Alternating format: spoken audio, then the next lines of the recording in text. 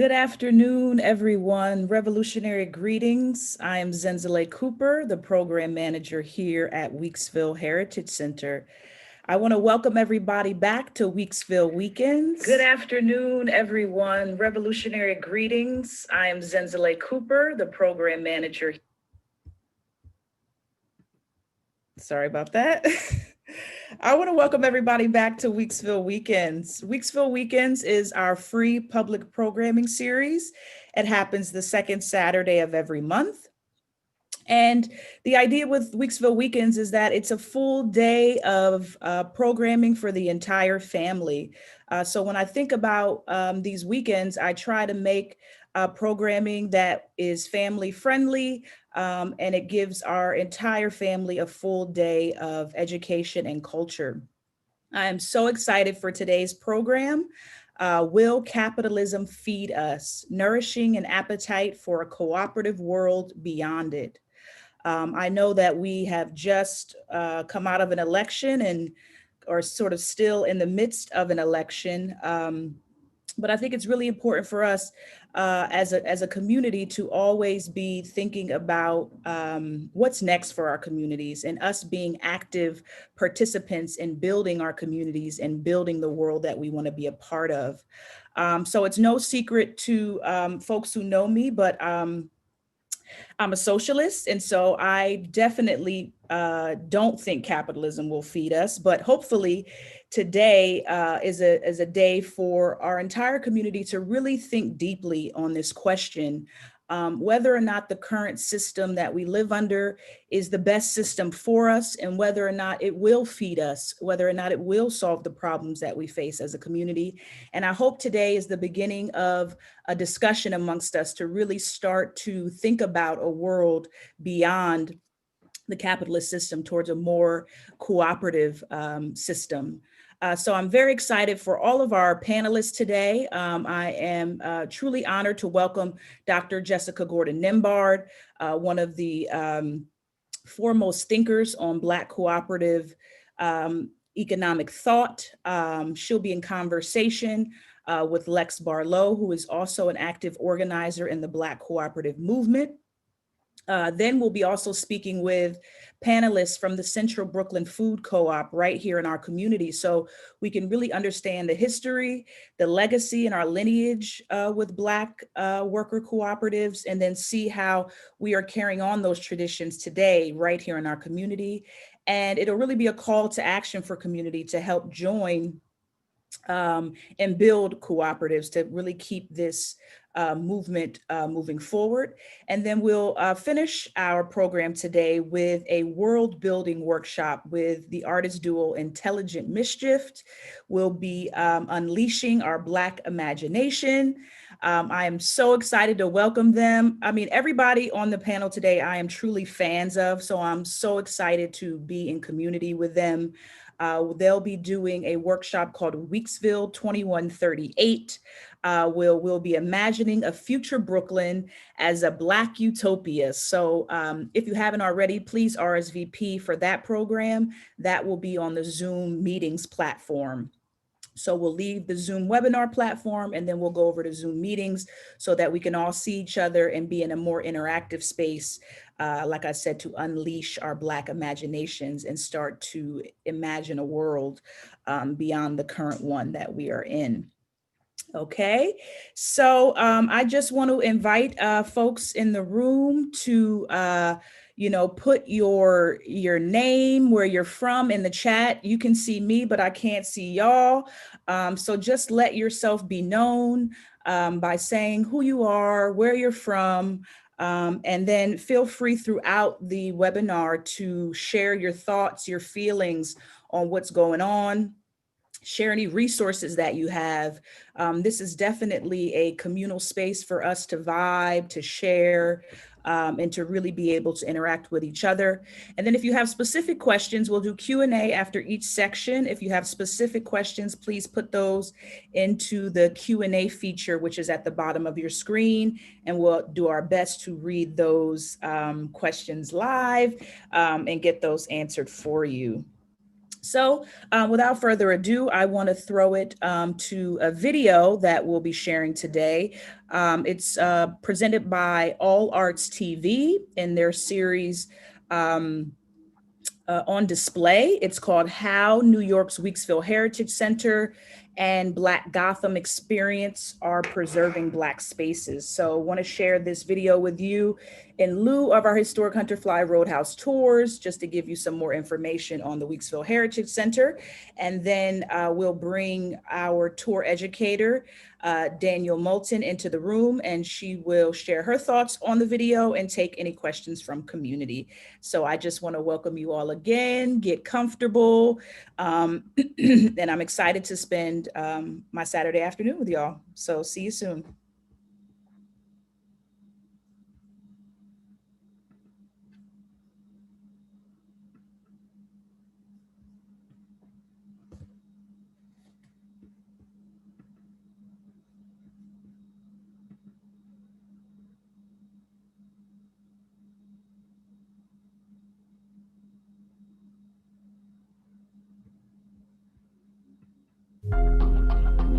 Talking very specifically about Black spaces allows us to get a better understanding of the historical narrative and why gentrification has been problematic for Black and Brown communities. The historic site is a site of memory.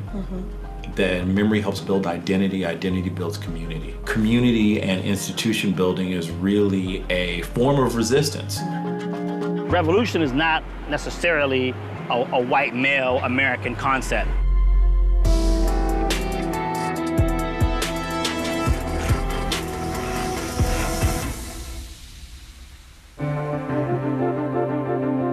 Hi, my name is Stephanie Johnson Cunningham, and we are discussing Black spaces today on display. Even though we don't define spaces as white, Black, or brown, the spaces that we live in America, unfortunately, are not race neutral.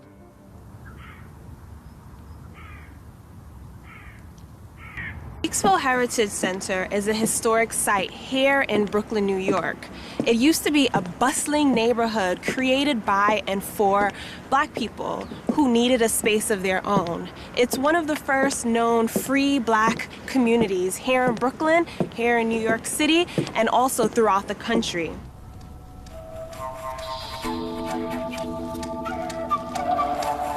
Weeksville is important because it was a site of Black self-determination and a place of refuge for Black people. And when it was formed in 1838, James Weeks and a group of other Black investors purchased land from the Lefferts family. The idea was to have a space where Black people could just live their lives to the fullest and in search of the American dream, just like other Americans. Right. They were creating a community, a place where they could live, grow, and achieve. Black people weren't invited to own homes everywhere. That still happens today. So Weeksville provided a space for Black people to own homes and to own businesses. And during that time, it was especially important because land ownership for men meant that you could also vote. The historic site is a site of memory.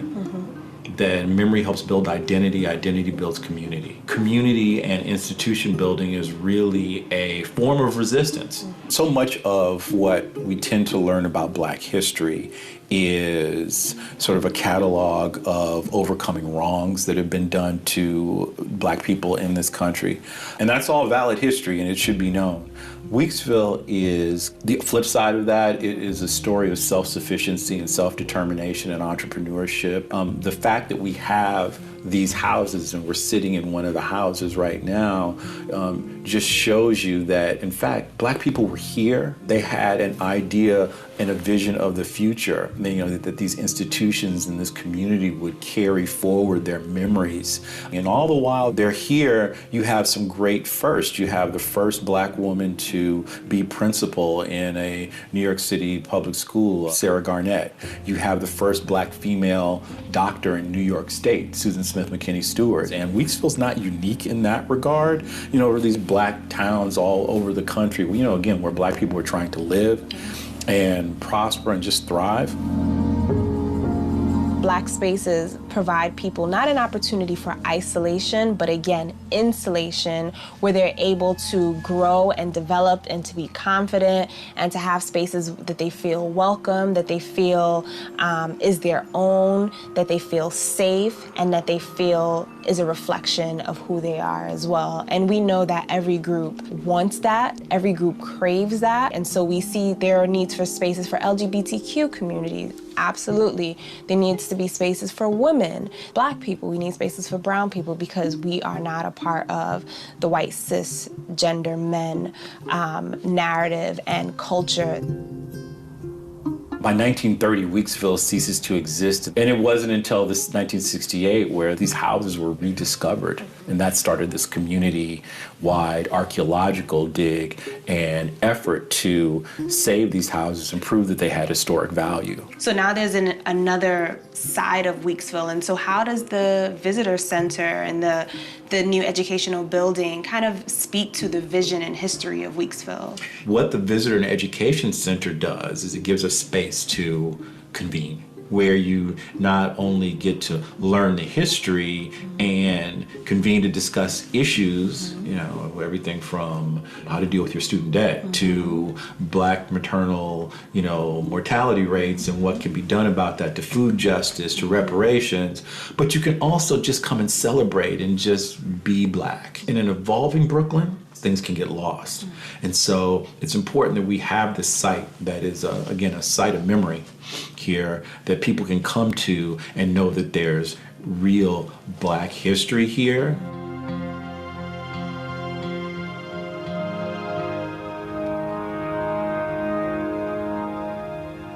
Weeksville was actually one of the first places that I interned, and that space is really important to me. And this summer that just passed, 2019, they almost closed their doors for good. I remember how that almost crushed me to see this institution that meant so much to me and had so much of my history there that was going to be closed. These are challenges that are not, you know, unique to Weeksville. You know, there's been many reports about sort of the disparities in investment by the philanthropic community to institutions of color. What we see now, the shrinking of Black spaces throughout the country, speaks to that issue. And I think it's so important for us to, you know, send the call out to everyone that we know so that people can contribute in a real way, so that we're not waiting for some sort of savior, but we can save ourselves. Right, and I think that the important, you know, sort of message for people is there are many incredible Black and brown institutions out there. Yes. Find the institution you care about and give them money because they need it. Growing up, honestly, seeing the neighborhood change right in front of my eyes has been traumatizing. And having no control is really troubling. We know that our communities have been targeted, have been impoverished, have been left behind and ignored for many, many years. Are Black people owed reparations? Absolutely, 100%. The history is here to show you that America became a superpower because it had free labor. So the justice claim that Black people have is with the United States government. That's fair. And when we see that there is money that can be appropriated for all kinds of things, and it could be done if there were the will, and I believe there's a growing sort of sense of like, how do we make right what is, you know, in a lot of ways been baked into this country, you know, sort of like when you think about the inequities, the school to prison pipeline, you know, the incarceration rates, you know, you think about housing, the conversations are moving in the right direction. Major presidential candidates are talking about the need for reparations and how do we address centuries-long inequities, you know, in what is supposed to be the greatest country in the world.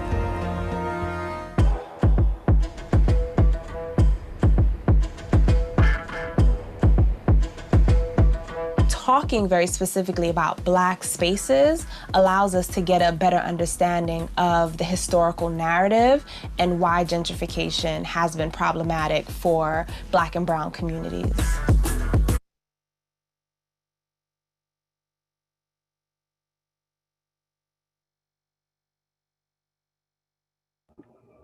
Okay, hello everyone. My name is Danielle Moulton. I'm a tour educator here at the Weeksville Heritage Center. And usually, well, before COVID, I would give tours of the historic Hunterfly Road houses. But now because of COVID, we are moving everything virtually. So thank you for coming to Weeksville Weekend today. And so, yeah, that was an amazing video that we just watched by All Arts TV, hosted by Stephanie Johnson Cunningham. And this video really touched on something really important. You know, we're talking about capitalism and Black spaces today, and how wealth has always been a barrier for Black people in this country and for Black people all over the world. And so with the story of Weeksville, it's a very important story that talks about self-sufficiency, that talks about Black self-sufficiency. You know, Weeksville had its very own institutions. It had its own church, its own school, its own orphanage, its own businesses. There were many Black homeowners in Weeksville. And so that's what we like to focus here, like to focus on here at Weeksville. And here we like to preserve the story of the homes of the community of Weeksville to talk about the present and the future, right? And so now I'm gonna take some questions and answers. You can submit your questions in the bottom right Q&A little bubble. And then if you also have any comments about the video, you can also submit that in the chat. So you guys can start sending in your comments and questions and I will be answering them.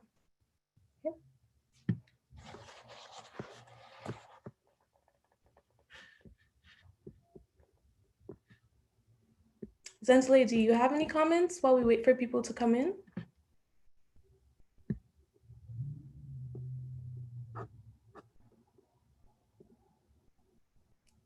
Oh, you're on mute.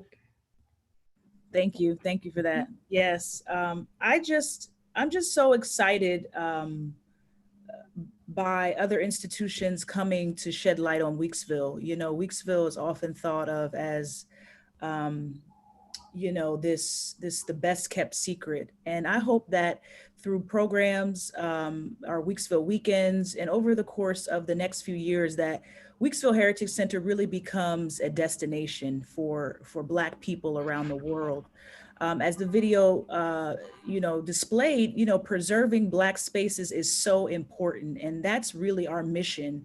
And I think that I hope that Weeksville can be a home to folks who are seeking to preserve Black history. As Rob mentioned, Rob Fields, our executive director, mentioned in the video that, you know, we're a site of memory. And so our charge really is preserving memory. We do this through our preservation program, like the Legacy Project that we had last week. If folks check that out, really our oral history program.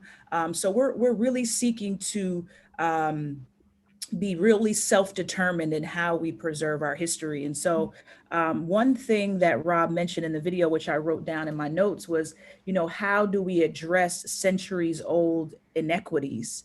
And so I think, and I hope that this program is a tool of education for us to think about how we might solve these problems. So that's just a question I wrote down that I want to continue to think on.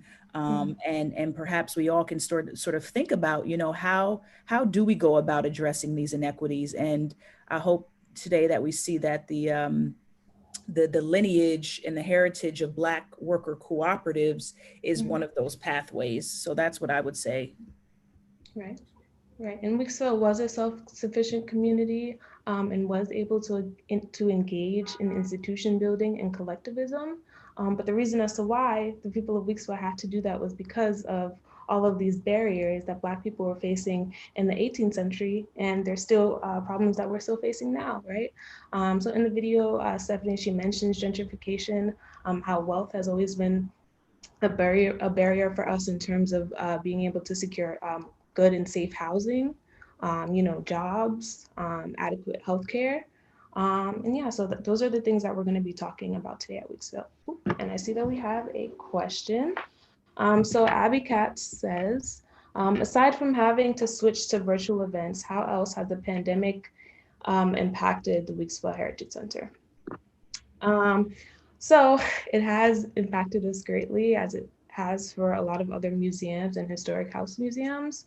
Right now, we're not doing in-person tours. We are working on building or creating virtual tours for school groups and for anyone else who is interested in to book. So that will be coming by the end of this year. The other But thing I other would than say, that, yeah, we Weeksville is a very physical space. The primary component of the Weeksville Heritage Center is the historic Hunt Supply Road houses, and so it has been very difficult to share the history of Weeksville, to preserve the history of Weeksville, when we're not able to show people the historic Hunt Supply Road houses, and they're very beautiful houses that actually existed in the 18th century. the other thing I would say, and I know we're coming up on time, we want to get into our first discussion, but I just want to answer that question too, because I think we at the Weeksville Heritage Center are not separate from our community. Right. So the same way that COVID has affected the Black community, it's affected us. Within our own organization, we had to lay off people because of the pandemic. So folks have lost their jobs. Like many folks in our community have lost their jobs because of the pandemic.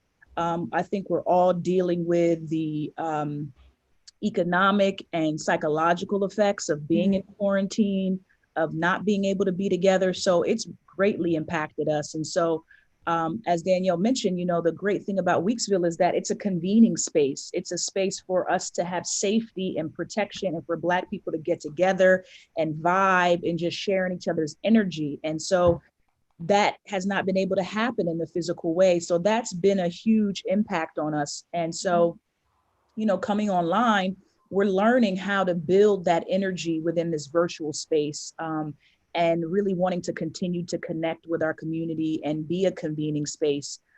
So I would say that the pandemic is impacting us in similar ways that it may be impacting your families, having to work from home with your children and trying to stay focused, or with your family members, your hours at work being cut, or even your positions being lost. So we're struggling with it, but we're a resilient institution, we're a resilient people. And so we're using these challenges as a way to innovate. And so that's why we're doing our best to bring you these programs and this Weeksville Weekend experience online. So I want to thank you, Danielle. Any last comments you want to say before we get into the first panel? No, I don't see any other questions or comments, but if you guys have questions and comments throughout the Weeksville weekend, you can leave them down below and we will answer them.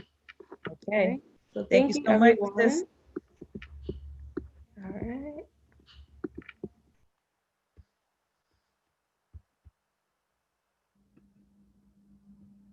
Okay.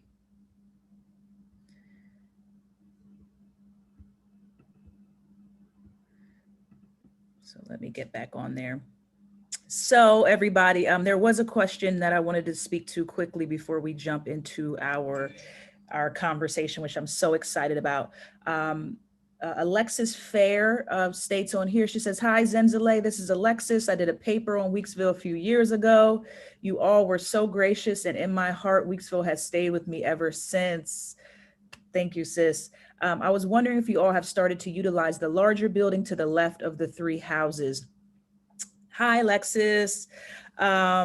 Yeah, Weeksville has that, it does that to you, right? It's being in that sacred space and that energy, it really works on you and it never leaves you. So I'm happy to hear that we are still in your heart after a few years. We're still working on the first house. We hope to launch and open a permanent exhibition called In Pursuit of Freedom in that first house.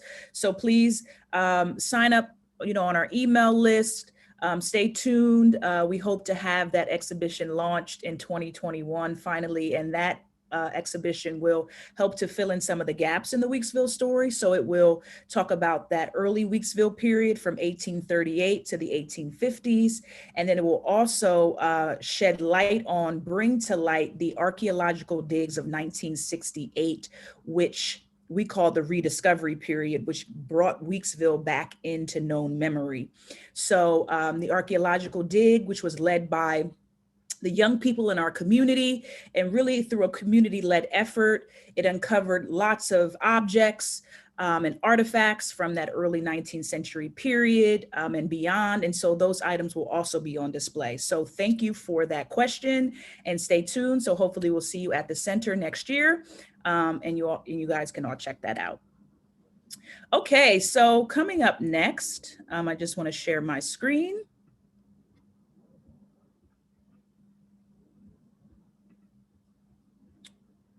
Just give me a second.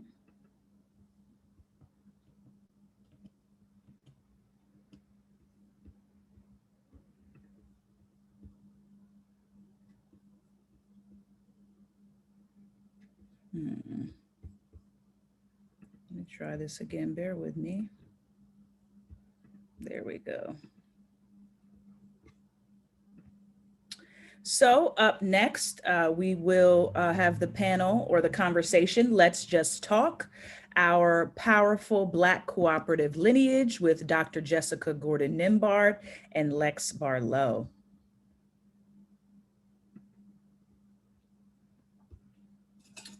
So Dr. Jessica Gordon Nimbard, author of Collective Courage, A History of African-American Cooperative Economic Thought and Practice, and the 2016 inductee into the U.S. Cooperative Hall of Fame.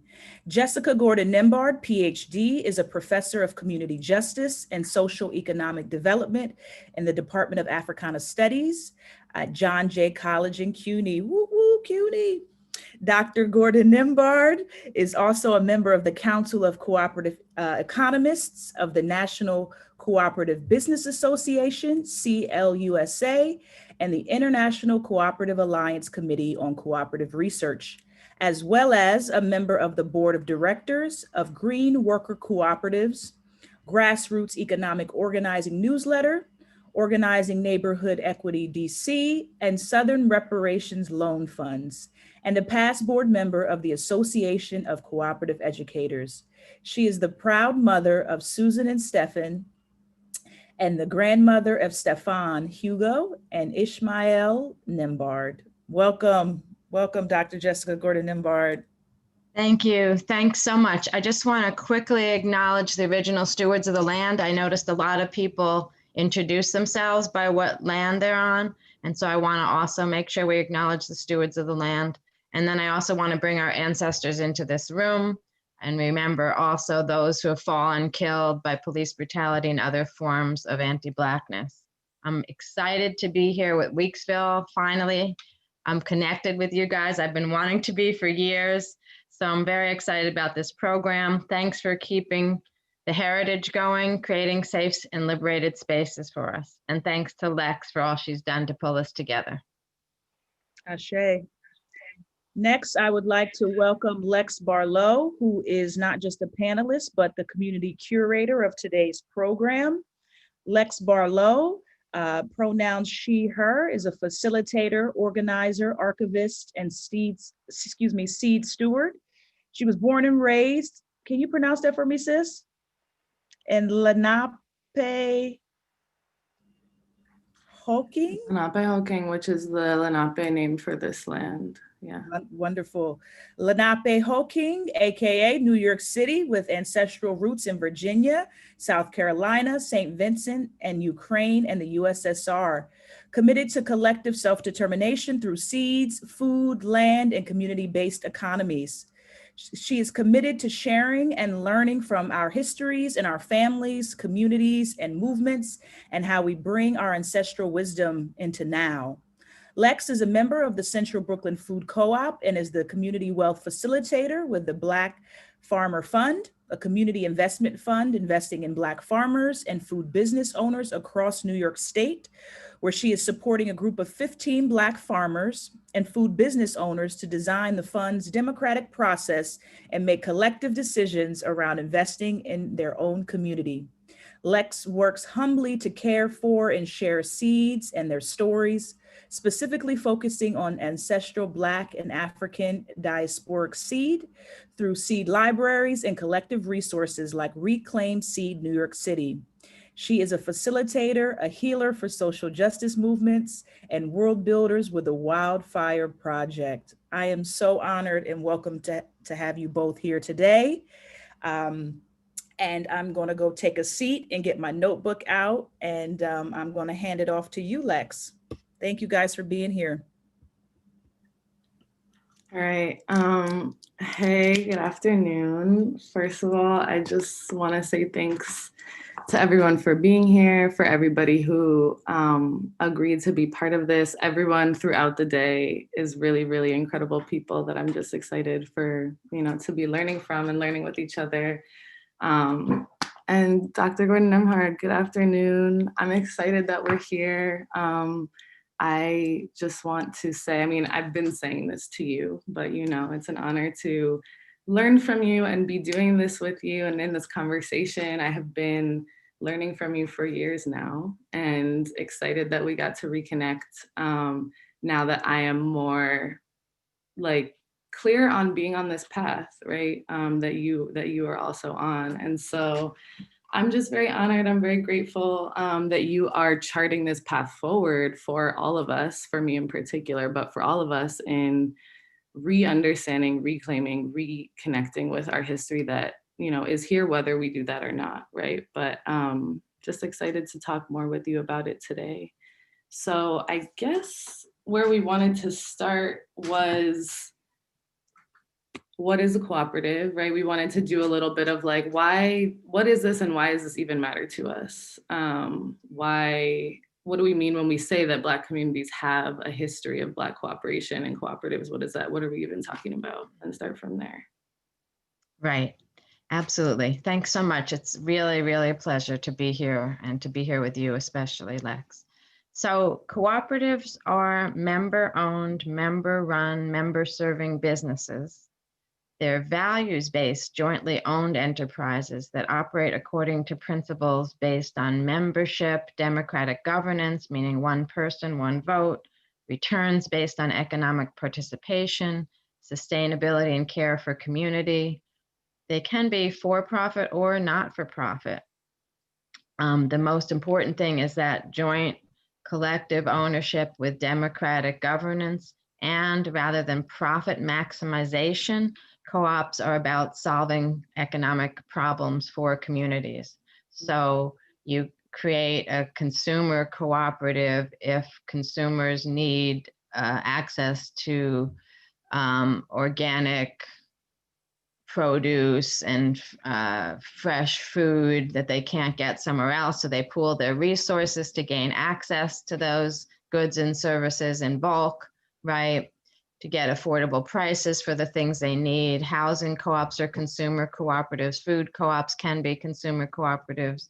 Credit unions, right, are consumer cooperatives for financial services and capital markets, that kind of thing. Then producers also might come together to create a co-op if they want to process or market their goods together, to add value to their goods, to control the distribution and marketing of their goods. They also sometimes pool their resources to buy in bulk together, to get their equipment and supplies together, so that, again, access, affordability, and to address what we call market failure, when the capitalist markets don't provide something because they're just trying to profit maximize, but we need something, even if it's doesn't give a full profit. And another consumer co-op example is electric cooperatives, right? That's where rural electric cooperatives, especially capitalist market, wouldn't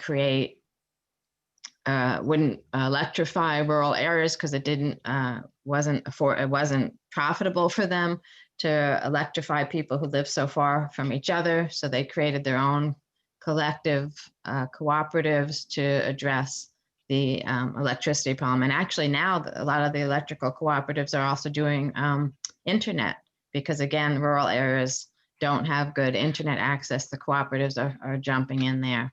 And then, as I said, the producer cooperatives are helping producers, either artists or farmers or other producers, to pull together to make sure what they're trying to do is affordable and to, again, control what their output, their distribution, et cetera. And then worker co-ops, which I know is one of the focuses for this weekend, right? Totally owned by the employees, right? So a company, an enterprise where the employees own and make decisions about what happens. They're governed democratically, again, because that's part of the principles and requirements of a cooperative, so that everyone's working together to make decisions about how things are produced, what the working conditions are, the pay, and then how any surplus is distributed.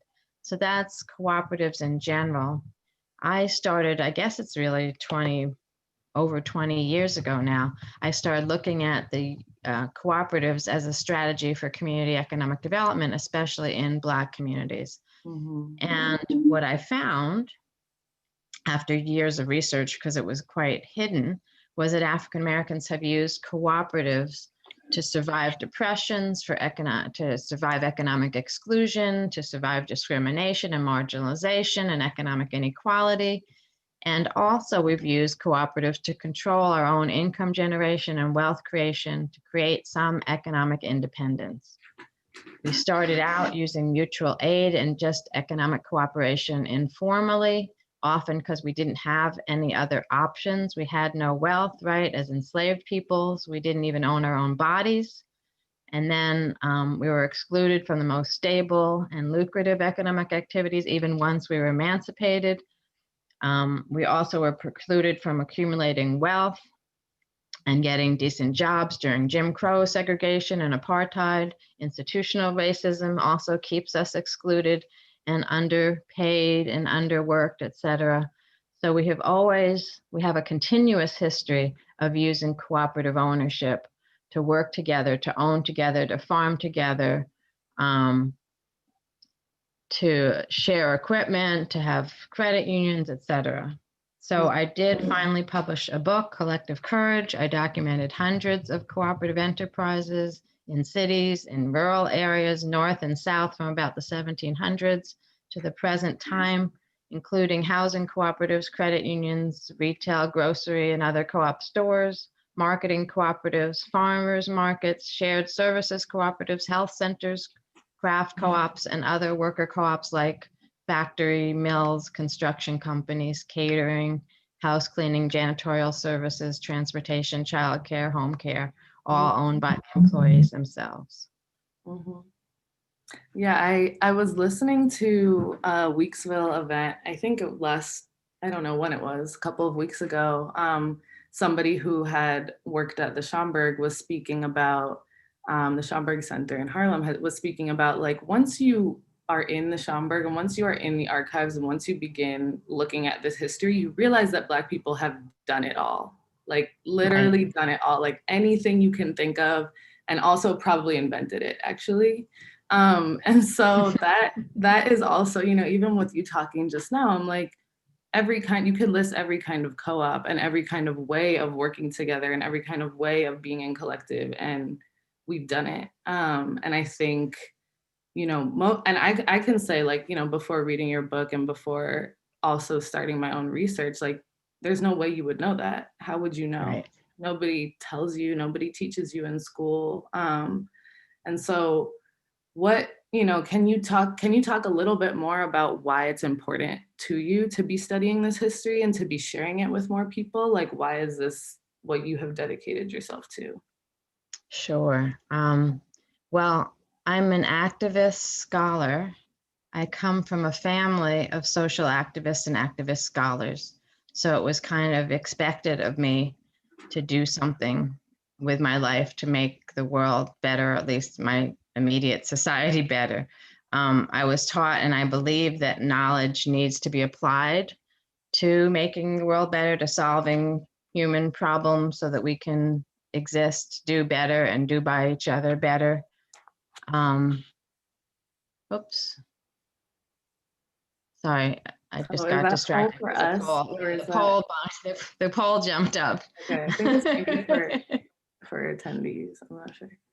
Okay, let's see. Oh yeah, we can't. Okay.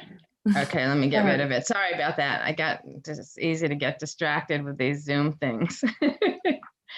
So as I was saying, right, I learned early on in life from my parents and my family, and grew up to also believe it and embody it, that it's the obligation of a scholar to not just excel in the field, not just to do good, rigorous scholarship, and not just create new knowledge, but also to share it and apply it to help others to make positive change.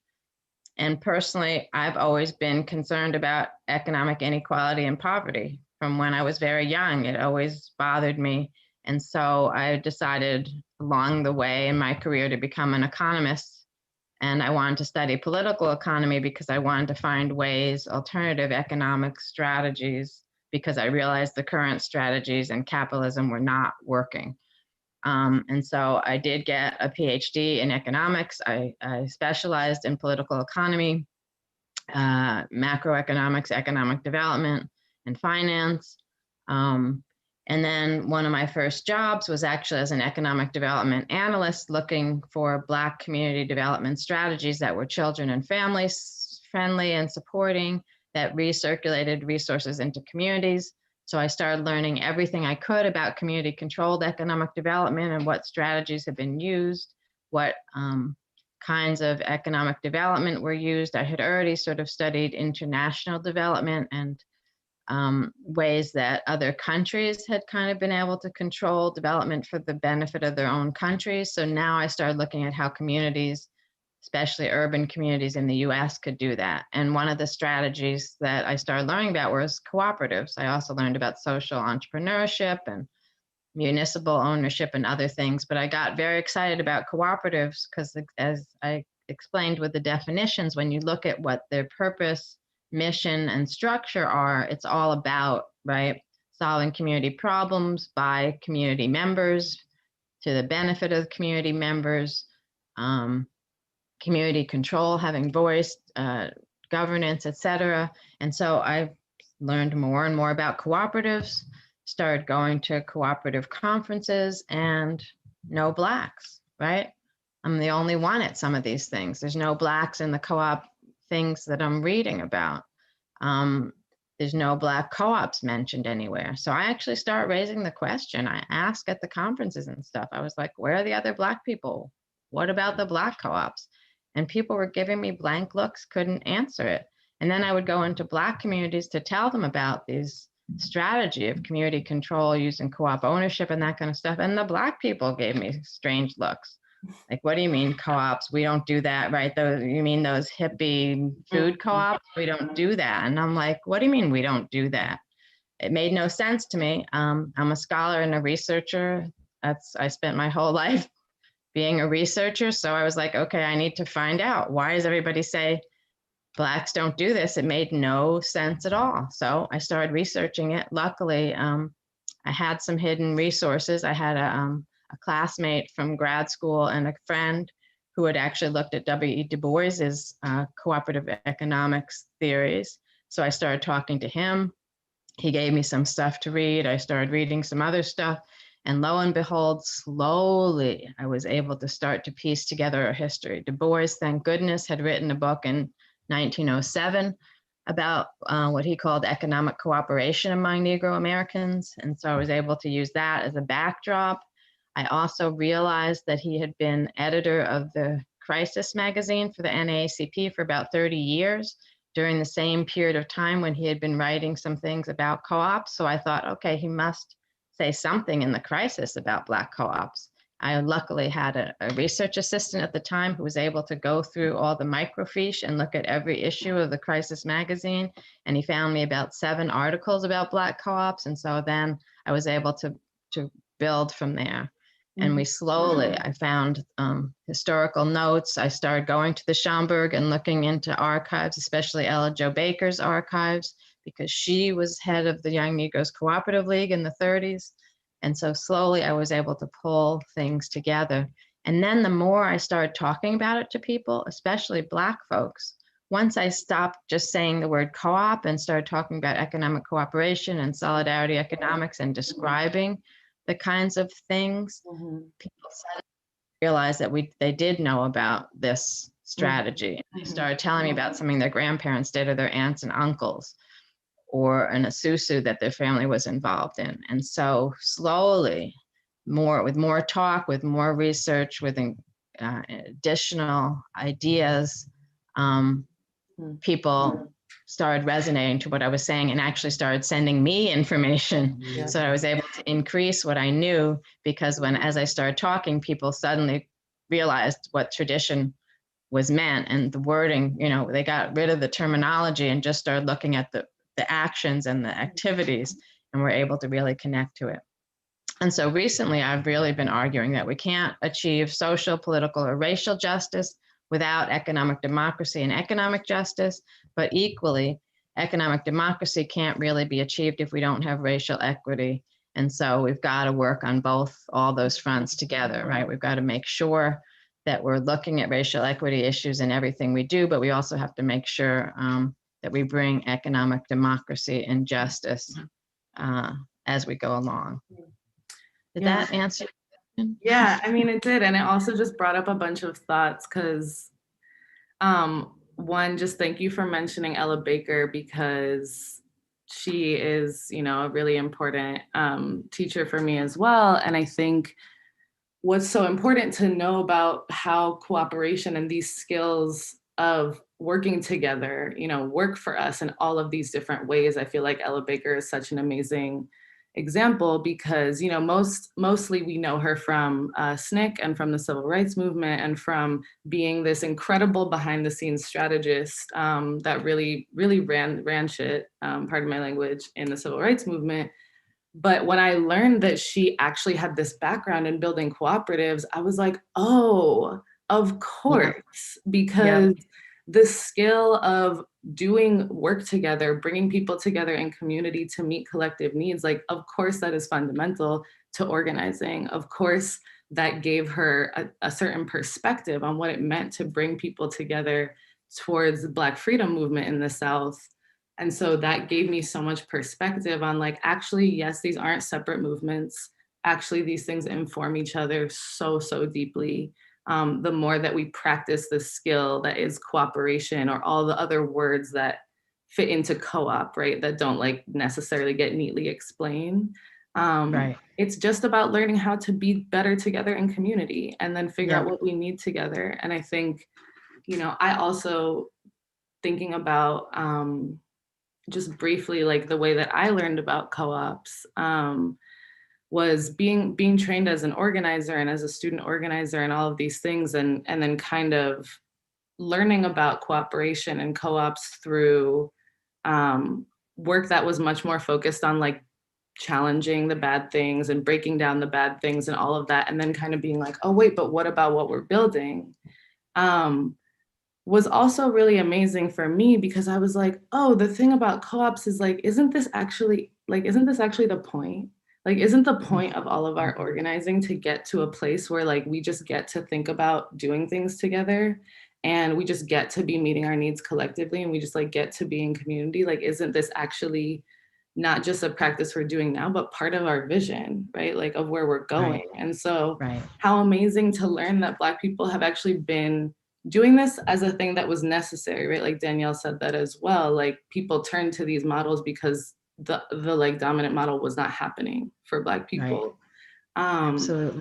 But also, that not just because it was the only choice, but actually the thing that was the only choice ends up being this thing that is this practice of freedom, in a way that we can't, even imagine without just doing it and learning. So all of that, I'm just thinking about all of that right now too. Yeah, no, absolutely. And you're right. Ella Baker was one of my sheroes before I found out about what she did in the co-op movement. But like you, once I found out what she did in the co-op movement, it made much more sense about how she became the person that we knew her to be, right? And that, if you think about it, in the 1930s, she was fresh out of college, so she's young.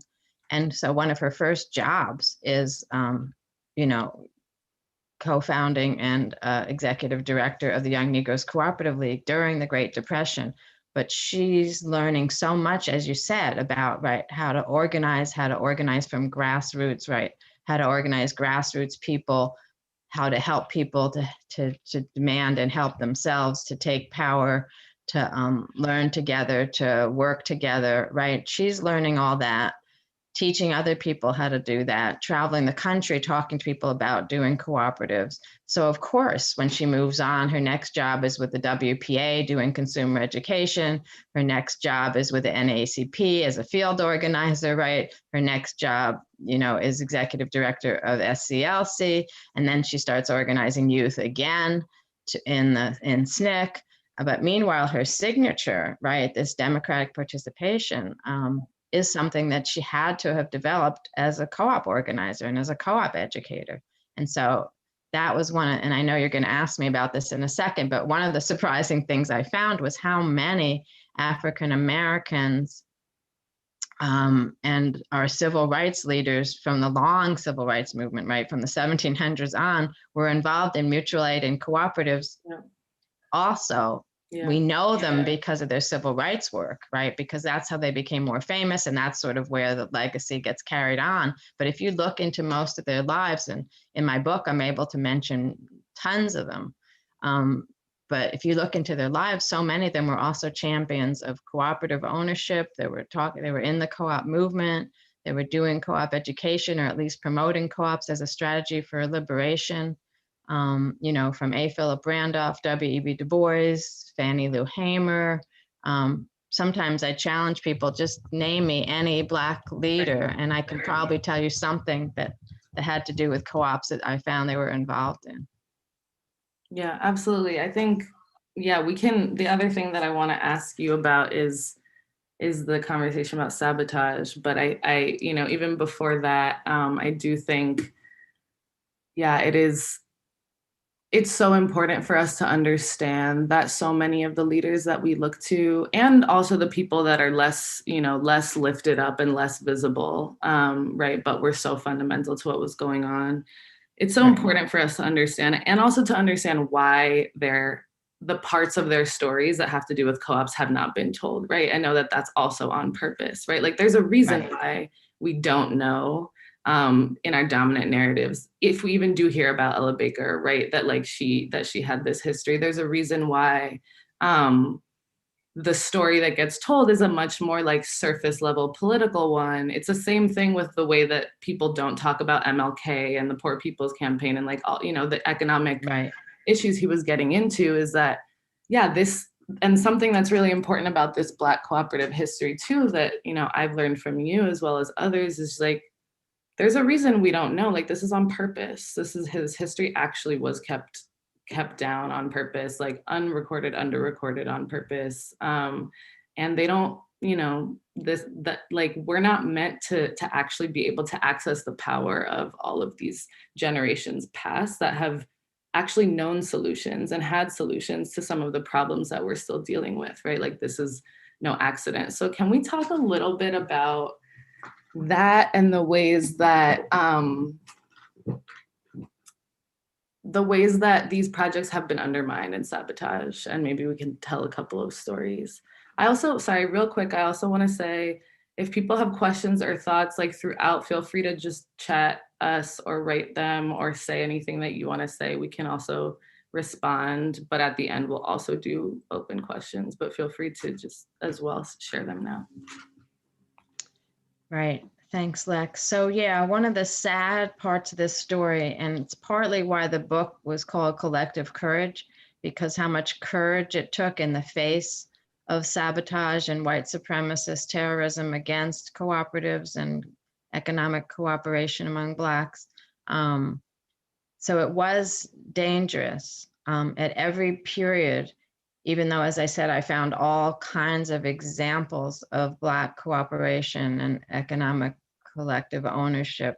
But at every stage, at every period, there was also a range of sabotages, right? White competitors did not want us to succeed. Often they didn't want us to succeed because it meant that we were undermining their ability to exploit us and create excessive profits off of our needs, right? So that's the first thing, just on a sort of business economic piece, right? If we started our own farmers co-op and feed store and co-op grocery store and didn't need their store, right? Meanwhile, their stores, they were gouging us, keeping us in perpetual debt, whatever, right? If we bought our own land, we couldn't share crop. And again, they exploited us as sharecroppers and kept us in perpetual debt. So some of it was just sheer economic issue on their part. We were removing ourselves from the exploitation they were doing, where they were making a profit off of us. And we were, right, removing ourselves from that. So they didn't like that. But they also didn't like the message that it gave, right? That we were not helpless, stupid, helpless people that couldn't run our own businesses, couldn't own our own land, couldn't handle our own companies, right? So they also needed to stop us for that reason. We couldn't be an example to others about how you could self-determine economically. So there are those reasons. And then the sabotage ranged from very simple things like financial sabotage, banks colluding, white banks colluding not to lend any money to a Black co-op, not to give a line of credit to a Black co-op business, right? So simple things like that. Insurance agents jacking up the insurance premiums so the co-ops can't afford insurance, especially the ones that would need it, like a taxi co-op or something. Landowners raising rents, right? So the rent for the store or the rent on the land or whatever, you can't afford it. So those simple kind of sabotages were going on, right? In addition to the sort of psychological sabotage of, everybody knows, right? Black ice isn't as cold or good as white ice, right? That makes no sense, but that was also part of the general sabotage against Black businesses that, right? Black people just can't possibly do it as well as whites. Then you get sort of middle level sabotage, also just as bad, but white business owners being able to undercut and outbuy the Black co-ops. So deliberately competing with the Black co-ops and trying to do better or offer or look like they're doing better by cutting costs and underbuying and things like that. And then finally, the very worst kinds of sabotage, burning fields, burning buildings, and actually lynchings, right? Killing co-op members, lynching co-op leaders, again, to scare people, to stop them. And I forgot another middle level sabotage is blacklisting, right? Blacklisting people so that they can't, right? If you're in a co-op or a credit union, then suddenly you can't also get a line of credit from a bank, or you can't join some organization or whatever, right? Because you're blacklisted because you were involved in a co-op. And then by the 50s, we actually get the red baiting, right, against communism, and co-ops are lumped in with socialism and communism. And so all the anti-communism red baiting that happens in the 50s and early 60s gets connected with co-ops. So you also have a lot of and this is exactly when the modern civil rights movement is starting, right? So it's starting at a time when it's politically and physically dangerous to talk about communism or socialism, and therefore to talk about co-ops. So even the civil rights organizations that we know of, and they actually all were involved in co-op development in some way, but they didn't talk about it. They only focused on voting rights. And even voting rights, of course, wasn't safe. Fannie Lou Hamer, right, almost gets beaten to death because she was training people on how to register to vote and had registered to vote for herself. She and her husband are actually evicted from their sharecropping farm, and she's almost beaten to death. So it's not much safer to talk about politics, but a little bit safer. And at least you could still talk about it because the Constitution gave us certain rights, right? You could at least talk about it. But the co-op stuff, you couldn't even talk about in public. So the major Black organizations didn't even mention or talk about co-op development. And yet all the 5 major Black civil rights organizations were at the table in 1967 to form this Federation of Southern Cooperatives, which is the only regional Black co-op development organization we have. But they were all at the table. There was a grant from the Ford Foundation and from the Department of Commerce to help have that meeting and to help start the regional organization. Again, nobody knows that history because They didn't want to talk about it. They didn't want to be blacklisted. They didn't want to be maligned, right? For being involved in economic stuff. So they only spread the news about being involved in political stuff. So it's a really interesting tension. I think it's why one of the major reasons why we don't know, and especially the word co-op, right? I think sometimes people were involved in co-op farming or a co-op store, but they didn't tell their kids it was a co-op. They didn't name it a co-op because they didn't want to get the spotlight. Right? They didn't want to be targeted. They didn't want to be killed or sabotaged against or whatever, but they were still doing it. So that's why when I started talking about what people were doing, instead of using the terminology, I got more people resonating to what they knew. And that's how we kind of stayed safe, right? By keeping everything under the radar, calling things by a different name, doing it, but not flouting it. And so that's, so that's partly, I think, why we lost we lost a connection to the heritage as a continuous thing that we talked about. And yet it's still, as I said, every era of our history, every facet of our society, every sector, we had been doing it, but we just didn't promote it or talk about it that much. But can I also talk about the positive things that I learned? But let me say something first. Definitely. But yeah, I just want to first, acknowledge, because that makes me feel like just how I'm feeling to even think about, right? All of what happened, all of the violence that happened just by Black people being like, is it cool if we meet our needs together? And white people being like, no, actually, no, you can't have that either. Right. And the fact of like it being strategic to hide it, but also strategic to show it, and like how you dance that dance. And right. That also being something that Black people have had to do so much, right? Is like, how do we like, yes, share, yes, like uplift ourselves while also protecting ourselves, and know that like uplifting ourselves means vulnerability, just like hands down, right? And I think absolutely. With the example of the Federation, I think it's just worth mentioning specifically that, right, the Federation of Southern Cooperatives being something that still exists to this day, is almost a miracle given the various forms of sabotage that it found, and the fact that it's one of the only ones that was started 50 plus years ago that still exists to this day has to do with the white violence, right? Right. And so many others that were actually taken down because of all the different ways, the infiltration, this and that.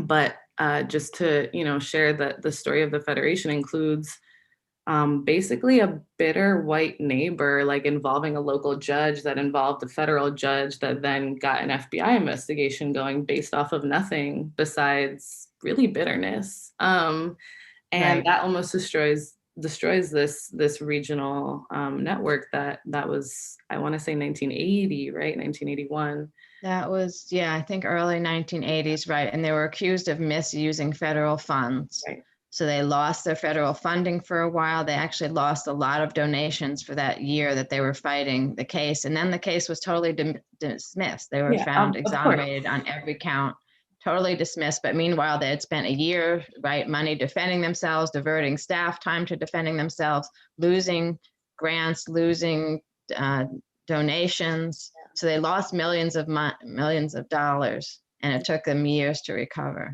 Yeah. And so also when we talk about, reparations, there's like, we think about history, right? We think about like history, we think about slavery and like whatever, and back in the day. And then there's also 50 years ago, and there's also 40 years ago, and there's also 30 years ago, right? There's also right now. Yeah. And like the attempts that Black people have been doing when we choose to say we're going to build wealth, but actually collectively, so that it becomes more powerful from the jump, right? Like it's already a threat. The money and the wealth that has been continued to be stolen to this day. And so why, also seeing co-ops as something that can be this opportunity actually towards reparations, like on our terms, is also another Absolutely. reason why, right? Like the sabotage continues, and why I just, it's a painful part, but I want people to know about that history, because this is the narrative that gets told, that like we don't know how to do this, or we don't, there's a quote from you, I Right. think, that was like, this idea that we haven't had the models or that they haven't worked is completely a lie. Like Right. completely a lie. We actually know how to do this. It's Right. been, And yeah. yeah, and most of the times, not every time, but most of the times when it didn't work, or, when we went under after a few years or something, it was because of one of the levels of sabotage. We didn't usually sabotage ourselves, right? Mhm. Though sometimes we didn't have a good enough business model. Sometimes we didn't really know how to self-manage and we had to learn, but most of the time the failures, the failures, which I hate to call failures, were mostly because of the sabotage. But we internalized, because we couldn't talk so much about the sabotage and we were afraid to talk about the sabotage. We internalized it and said, oh, we can't do it. Yeah. We don't know how to do it, or that the conditions are never right for us to do it. And yet, right, absolutely, we have a history of success. And thanks, I love the way I love this dialogue. Yeah. I also I have written an article recently in the Journal of African American History on why the sabotage against cooperatives makes an additional case for reparations, and that some of the financial reparations money that we should get should actually go to cooperative education and cooperative loan, non-extractive cooperative loan funds, that kind of thing. Because we do have a strong case for reparations just based on the co-op sabotage, and that should be added. Too often we don't talk about those reasons for reparations. And I think that if we could make great strides if we could use some of the reparations money, or other money too, but to really educate more people about how to do co-ops, and then do support, money to support co-op development. Yeah, I want to, can I get a time check on, I know we were supposed to do Q&A, but then we also started a little bit late. So can someone just tell me where we're at? I'm gonna keep going though. Okay. So I just wanted to take a moment to uplift our Alandria, who we spoke about, Alandria Williams, who recently transitioned, is a very important teacher for both of us, I know, in this world of Black cooperatives, and I know for some people listening in as well. And to just name them and say, and ask you, why it's important, one, to speak on Alandria in whatever way you want, but also why it's important for us to know our Black cooperative elders and ancestors as people now, like people like myself and other people who are now in this work of trying to build Black cooperatives, why that's important. Right. Thanks so much. And thanks for helping me to bring Alandria Williams into the room with us. Alandria was an exceptional, insightful person, social justice warrior that we all should know about. She was also my friend and colleague. She died last month in her early 40s, so really prematurely. A huge loss for us, but she battled with multiple health issues, and she battled for a long time and did a lot of stuff, even though she was in pain so much of her life, physical pain, so much of her life. She worked at the Highlander Center for a long time. She recently founded the People's Hub to conduct popular education about solidarity economics and cooperatives. Has been an incredible leader and thought leader in the movement for Black lives. She helped to craft, they helped to craft the economic justice part of the movement for Black lives platform. They're also extremely involved in the solidarity economy movement, the Black co-op movement, the Southern Grassroots Economies Project, and other things. Was really fearless. That's one of the things I really admired. Never let anything stop them, including her multiple health challenges. Always inspired me to think more and to do more. She always spoke truth to power and to all of us. She made us hear the things that are difficult to hear, face the hard realities and face our own contradictions, which is another really important role that she played, or they, I'm sorry, that they played. And then E would also help us see the beauty after, right, being very critical and allowing us and helping us, encouraging us to see our contradictions. E would also help us see the beauty in ourselves, the beauty in struggle. E made sure we sang together, that we hugged each other, right? That we focused on building a new people-centered structure, even as we critiqued and protested against the existing oppressions. E wanted to make sure we saw, right, we kept the vision alive, that we kept our eye on what was possible and on creating a new world that we deserve. And E is just one example of an ancestor. You know, she should still be with us, but an ancestor who is very inspiring, right? And that's what I also found, as I said, I found so many Black leaders in the co-op movement who I didn't realize were in the co-op movement, and how much they inspired things, the well-known co-op leaders and the lesser known one. So it's important for us to see not just that African Americans did these things, practiced economic cooperation, and struggled in order to have the privilege to do it and to have the space to do it, but also that we had so many leaders who talked about how important the economic justice, economic democracy, achieving economic justice through economic democracy. So many people who talked about that and made sure that people tried to practice it again, even though if we had to do it underground, right? So to me, bringing up the ancestors is also a way to really highlight how important this movement is to us as a people, to us as a people who are trying to develop our humanity even further, right? And trying to bring humanity even further. And that this is part of that whole struggle. And those are some of the things that were surprising actually to me to learn, right? Not just that we had this long legacy, but that we also had all these Black sheroes and heroes and leaders and all these ordinary Black people who were actually doing incredible things in the co-op movement. I also learned that the Black women had such a strong role in the co-op movement. When I started studying co-ops, it was one of the issues for European and white co-ops was that the women's role wasn't very strong.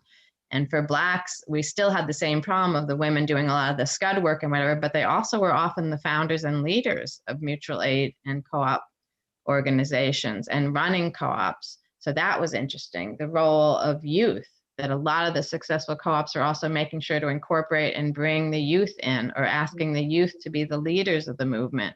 That was also new. So a strong role for like the Young Negroes Cooperative League, and the Black Panther Party was doing co-op development in the 60s. And so those connections, the connection between not just economic survival, but economic liberation through cooperation was another surprising thing. And the final surprising thing I want to talk about is how important education. Almost every Black co-op that I found information about started with a study group. People just coming together to study and learn together. And that was also a really powerful thing, because just the informal learning together builds that sense of solidarity and trust that you need to run a co-op well. Learning together also meant it's a lifelong project. So even if one co-op fails or goes out of business or doesn't work that well, you can't take away the learning that people had. And so the learning made sure that people continued to operate. They started a new co-op, they developed leadership in other areas, they were more savvy about civic participation. So the study had so many spillover effects and positive repercussions, I guess. Repercussions isn't positive, is it? So many positive legacies that also was a really powerful thing to understand, that if we just start doing this stuff together, that we're unstoppable in so many ways. Yeah, thanks for saying all of that, because first of all of the things that you just named are things that are all like that Alandria also represents and brought every single one of those things into the work, into relationship. Like E was definitely somebody who helped me see myself as part of a lineage from the moment that we met, gave me a reading list from the moment that we met, you know, like that's how we do that. And was like, cool, here are the people that you need to meet, here's the people you need to talk to, and just like investing in each other so strongly and so powerfully. And I think, yeah, I think, you know, as we are also like knowing that what we're doing and trying to understand this history is like pull out pieces from places where they are lost or like still under in someone's attic or in someone's wherever, like tucked away somewhere. And we're trying to pull these things out, like celebrating the people and the individuals that we can opens our world to so much of that, right? Because also we know that our history is carried through people and elders and stories and bodies like carry this. And so, yeah, I think being able to say, yes, this person is someone that we learn from, this person, we get to know their story. We see all the complexities of why, like Fannie Lou Hamer, for example, tended towards going back to the land and tended towards back to cooperatives.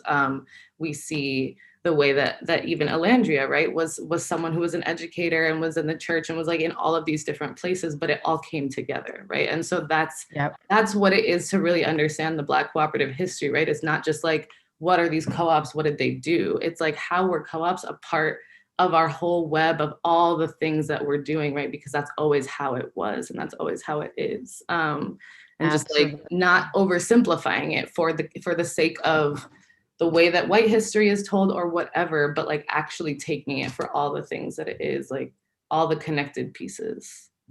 Oh, yes, I love it. Beautiful, beautiful. And can I now ask you to talk more about the history of Black co-ops especially in Brooklyn? I think you've already been kind of telling us what you've been learning also, but let's focus it, since we don't have that much time left, on Black co-ops in Brooklyn. What can you tell us? So first of all, yes, okay, so first of all, maybe I should do the screen share for this part, actually. Oh, yeah. So I'm gonna screen share. So the place that I want to start, and I want to thank also Mark Winston Griffith, who is on the board of the Central Brooklyn Food Co-op and just very present in Black Brooklyn as well, in the history of cooperatives in Black Brooklyn, for teaching me a lot of this history. The Central Brooklyn Food Co-op stands on the shoulders of many co-op projects that have come before, right? And so some of the ones that we know about is important to name a movement called the East, which is and was an African-centered kind of cultural project, educational center, and also business hub in Brooklyn. And what's important, and I will not claim to like know all the things about this history, and I'm still learning about it, but what's important is that folks who started the East, who are still in Brooklyn and still around today, many of them were radicalized and like came into doing this type of work through Black Power movement, but also specifically through the Ocean Hill Brownsville community control and like teacher strike of 1968. And so this is a complicated history, but what I can say is that Ocean Hill Brownsville did an experiment in community control of the school board, where people from the community had much more control than the average, and even till this day, of the school board and of the teachers, and what teachers were doing and who was there as teachers and not. And this turned into a huge uproar and a huge strike that had a lot to do with tension between Black and Jewish communities in Brooklyn, actually. But that is all to say that a lot of what became the East came from this history and from this moment of experience, like Black folks in Brooklyn experiencing what it was like to have community control over this school board and being like, ooh, why don't we do more of that? Why don't we actually build co-ops, and why don't we build kind of this network? And, as we know from United Negro Improvement and like Marcus Garvey and Ella Baker, and as you said, like there is this history in New York City of Black folks doing cooperatives. So this is not the first by any means. but the East started. And so one of the things they had was this co-op grocery store, which you can see in the picture here. There was also a school, an African-centered school, the Uhuru Sasa Shul, which, as you can see, the kids are out here in their co-op school. And yeah, and then to also mention, so this is a picture of Mark in the 90s. For people who know Mark, that's how long the locks were then. Mark was involved in founding what was then called the Central Brooklyn Federal Credit Union, which was at the time the largest Black-run financial cooperative in the US of its kind, is now called the Brooklyn Cooperative Federal Credit Union, still exists, but is less Black-centered than it was. And then some folks also came together to start a Black-centered food co-op in 2009, 2010. That was called Calabash. That project did not fully take off. And then what is now Central Brooklyn Food Co-op came kind of out of all of that. And so it's just worth, naming that obviously there's a lot of Black co-op projects now in Brooklyn. Oh, someone said all these years in Brooklyn, I didn't know this. Yeah, I'm still learning. We're all learning. We want to be learning together. I will say in the Central Brooklyn Food Co-op, who you will hear from 3 of our really dope members next in the next session, we have been trying to do that learning together as well. We have study group, we have sessions where we're also trying to carry on, that tradition you said of like all Black co-ops, almost all Black co-ops start from learning together and start from studying together. And so we're trying to carry that on, but specifically important for us to know the history of the place, right? And the history of Black co-ops in Brooklyn, and that it has always been, as I said, was saying before, always been connected to all the other struggles, always been connected to the history of the way that we do it, and trying to honor that history in the way that we're building the co-op now. So that's a little taste. Obviously, there's so much more to all of those stories, but that has been one of our important commitments, definitely, as we are working in the food co-op now. Should we answer some questions? I think we have about 10 minutes. Yes, definitely. Thanks for questions, friends.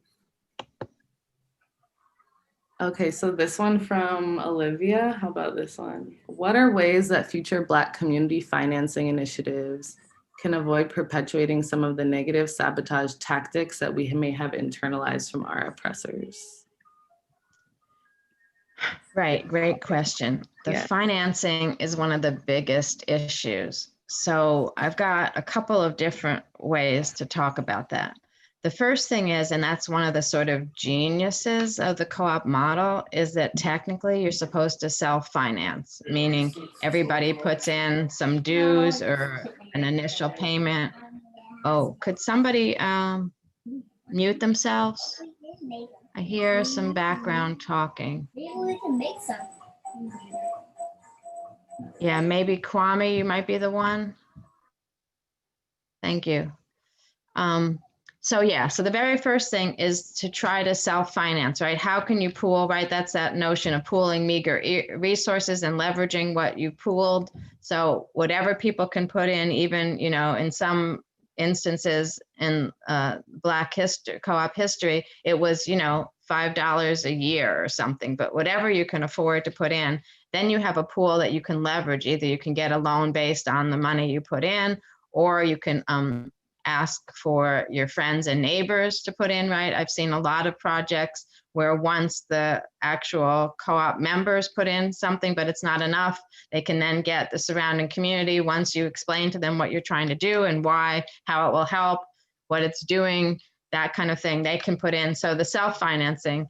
We've also, in the movement, we've tried to figure out how to get money from the more lucrative sectors, right? So if the rural electrics or the ag co-ops have extra money, would they donate or tithe and give some money to a co-op development fund that then could be used for other groups that don't have enough money? So again, trying to get the money from the movement itself so that you don't have as many ties and you don't have issues of people wanting to take back the money or having conditions on the money or whatever.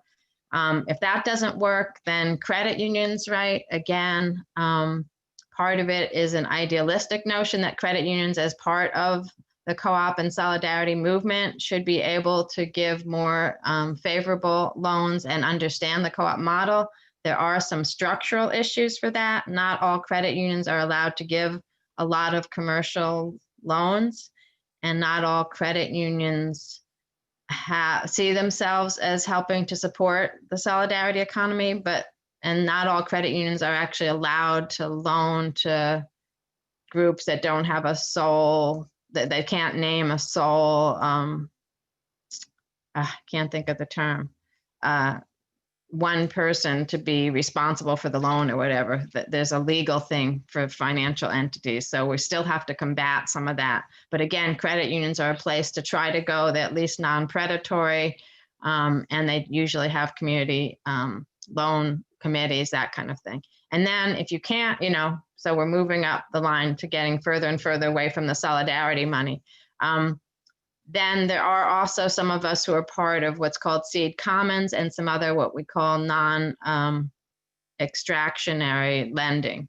So seed commons, that's where the Southern Reparations Loan Funds that I'm on the board of is part of seed commons, which is part of the Working World Foundation here in New York.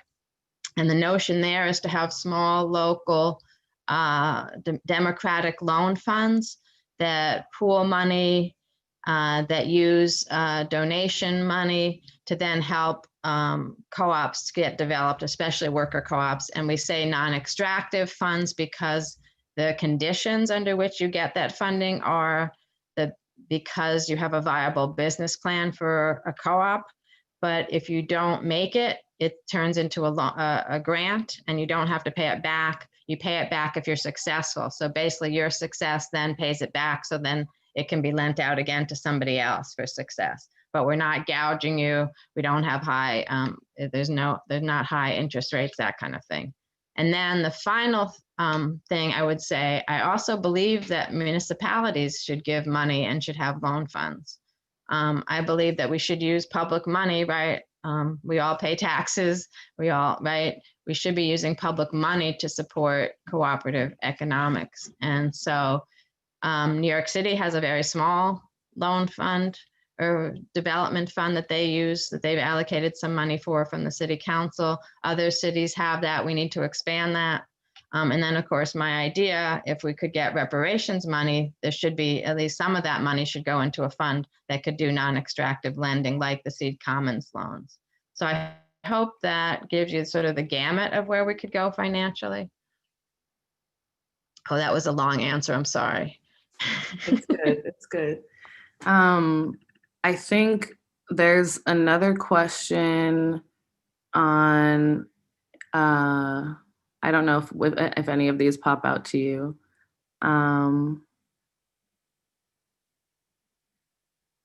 Yeah, and thank you. Who is it? Nazani about, guarantor, right? An individual guarantor is often what's needed even for corporate loans or co-op loans. And so banks and credit unions sometimes can't waive that. And so anyway, it's a policy change that needs to happen. So there's two questions which maybe are related. Which one is how to move towards the institutionalization of co-ops given history of white resistance and violence. If white people see BIPOC-owned co-ops as an economic threat, how do we reconcile this, especially when it comes to the need for public funding? And then the question in the chat about what are the pathways for achieving the scale and impact we really need. Maybe we can talk about those things together, but I think it's kind of, how do we do this knowing the threat that we're facing, right? And also how do we scale it up and have the impact that we know we need beyond just like a co-op here, a co-op there. What thoughts do you have about that? Right. So these are great questions, and these are the kinds of things we all need to sit around and talk about, right? I don't have answers. I have some ideas, and I have some things that maybe have worked in the past or whatever. One of the things to say about institutionalization, even though there's a threat, is that two ways that I found that Black co-ops developed and thrived the best was when there were strong Black organizations that were organizing around co-op ideas, training people with co-op, co-op education, talking about co-ops, trying to get policies, right? So strong Black organizations really matter, both because they get the word out to more people, but also because they have so much, they provide so many supports in this area. So I would say continuing or building more strong Black organizations that have that as part of their goal and purpose.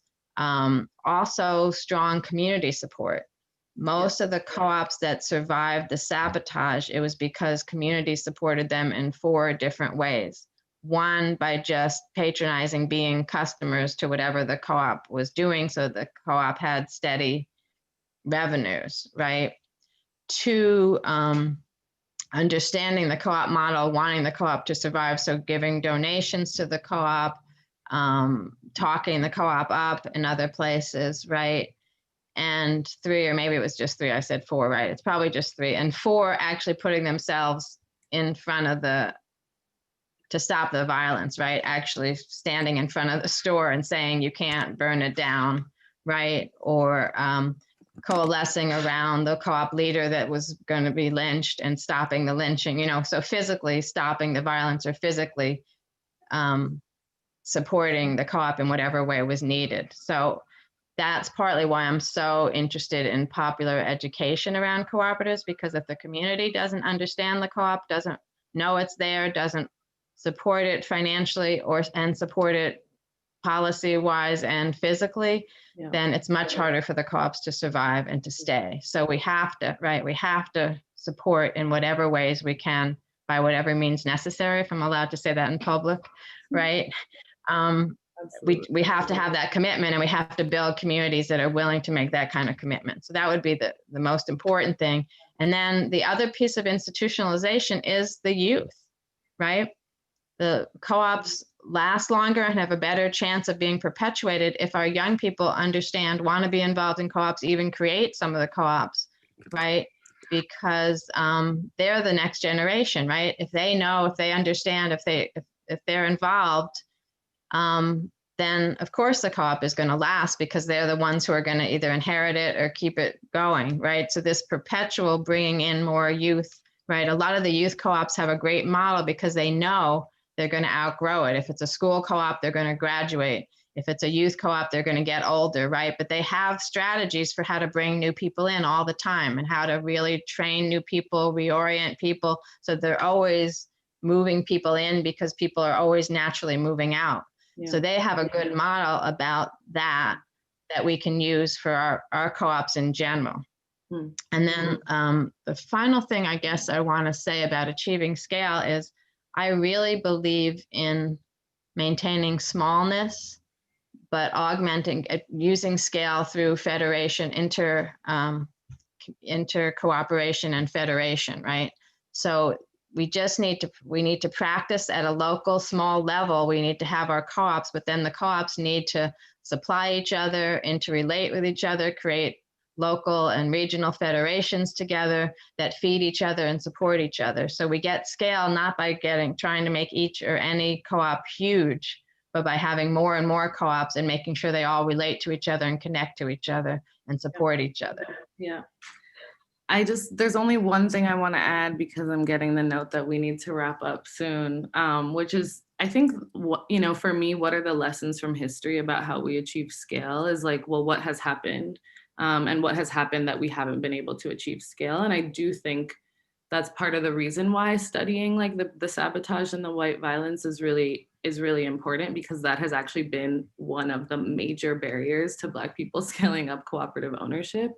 And so for me, actually, one of the answers to the question of how do we achieve scale is that we have to like be really, really serious about also, while we're building these co-ops, breaking down all of the things that are upholding white supremacy. And so it actually requires this much bigger transformation.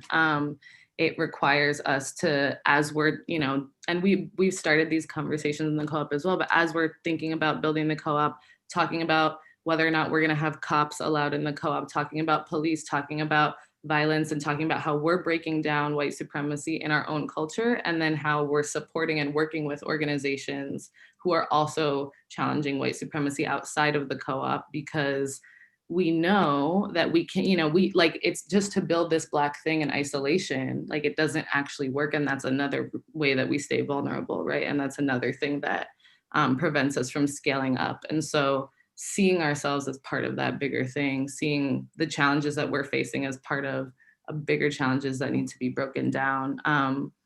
I know that's not like a clean answer about scale, but I do feel that it is kind of like implied or assumed, and should be said directly in terms of like, well, what's actually keeping us from getting there, and being real about what's keeping us from getting there, and it's not us. So there's so many more questions in the chat. I feel bad, but we do need to wrap it up. We can definitely share some more resources. I know that we can both send some resources that Weeksville can share out afterwards. As in terms of the Central Brooklyn Food Co-op and study group and all that, that is all going to be talked about in the next session. So I will pass it over. Really, really quick. There's just one last thing I want to say. Zenzela is like coming on the screen like, okay, girl. It's just this, I want to shout out that the Central Brooklyn Food Co-op is part of a broader organization called the Brooklyn Movement Center, which is a Black led community group that works on things around police violence, street harassment, food sovereignty, and everything between. They're going to be having a session this coming Monday that I just dropped the link to in the chat. So folk are definitely welcome to join BMC and getting connected with what they're working on as well. We are thinking about our political education and study work all together. And so that I just wanted to give that shout out. And then, yeah, wrap it up. Thank you so much, Dr. Gordon Nimbard. It's an honor. Excited to keep talking. Yes, there are so many. Oh, Cheyenne, there's so many friends in the chat sharing so many resources. So this is great. I want to thank you both with deepest gratitude. I have so much love and respect for both of you. And I'm just so energized by this conversation, and this is just the beginning. You guys are a part of the Weeksville family now, and so we'll be in dialogue about how we can continue to share resources and knowledge with our community. I just want to thank Dr. Jessica Gordon Nimbard for her labor of love and bringing us our history of Black worker cooperatives, of Black cooperatives.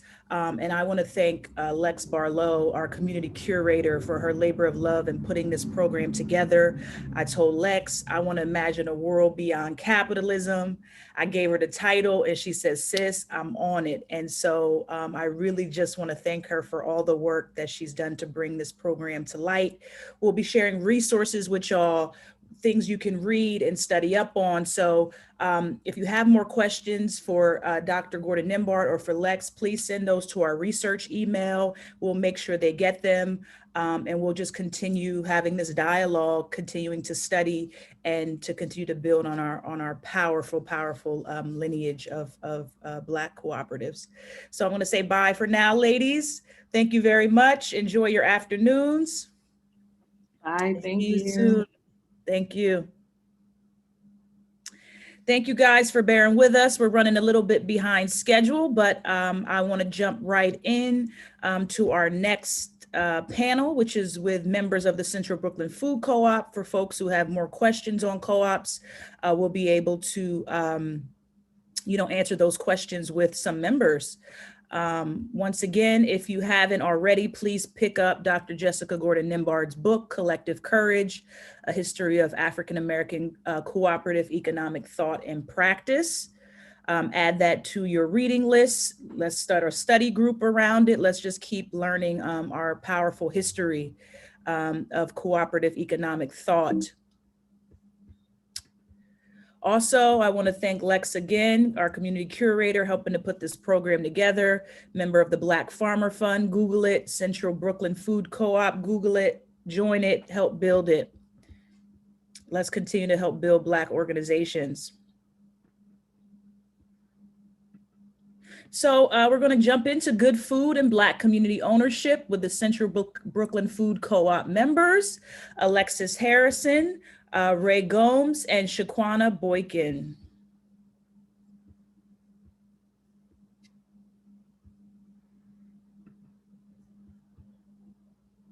Let me get myself together. Greetings. Welcome, welcome, welcome, Shaquana. So Shaquana Boykin is a Democratic district leader in Assembly District 57 of Brooklyn, New York, a 2-year unpaid position she was elected to in July 2020. She has many years of experience working and volunteering in the profit sector. She's the food sovereignty organizer for Brooklyn Movement Center.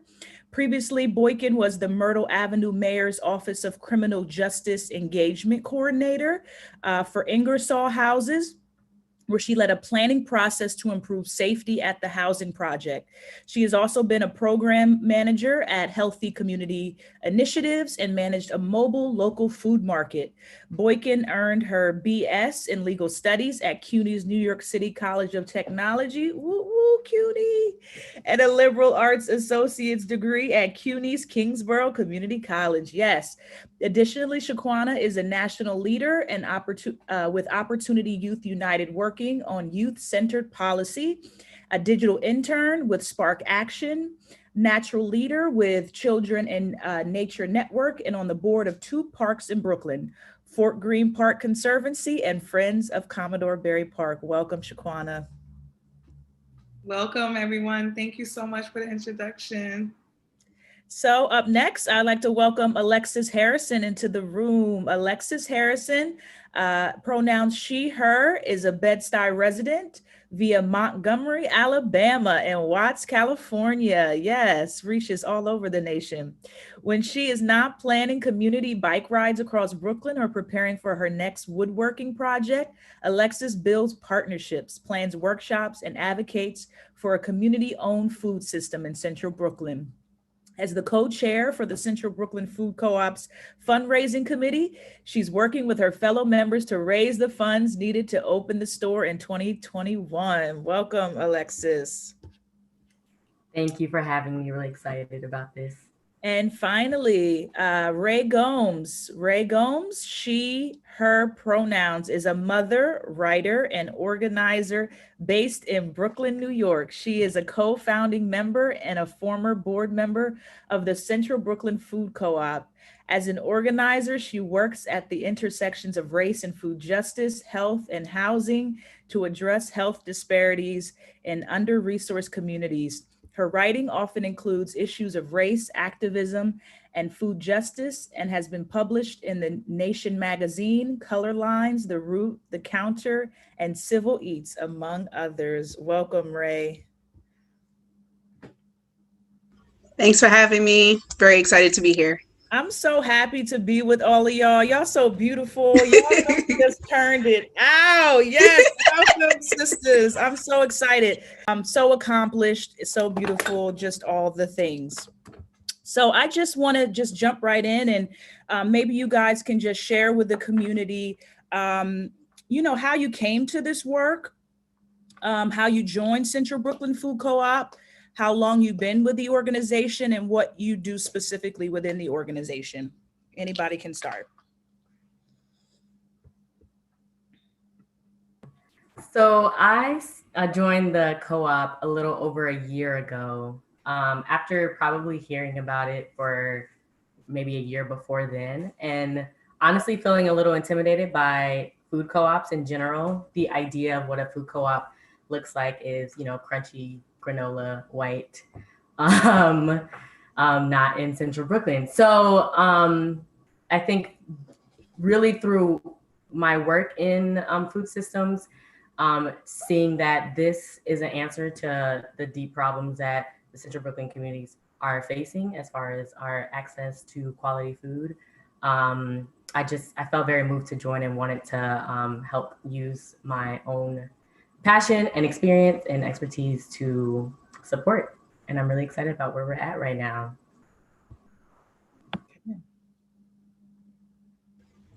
could go ahead. Hi, everyone. So I started doing work with the Central Brooklyn Food Co-op, mainly as a member of Brooklyn Movement Center. When I think for me, the issues of food access became much more prominent when my son was born. And, my accessibility is much more limited being a mother. When I would usually go to the city to get good food, I couldn't really do that. I had to really turn within the community for that. And, what I found was that a lot of at the time I was looking for like a lot of organic options to feed him and to feed myself because I thought that was the best option. And a lot of those options were not in the community or they weren't good quality. And so, just trying to find out why in our community we couldn't have access in the same way that other communities had it. And the more that I asked that question, the more I realized that it was really because of an injustice. And working on that injustice became my focus for my activism.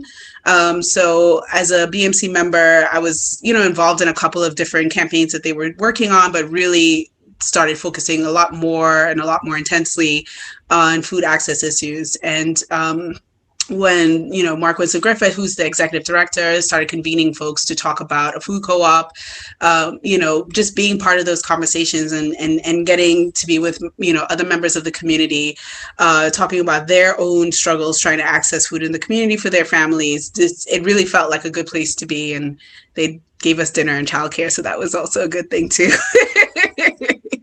Childcare so we can have a seat at the table. It's just very important.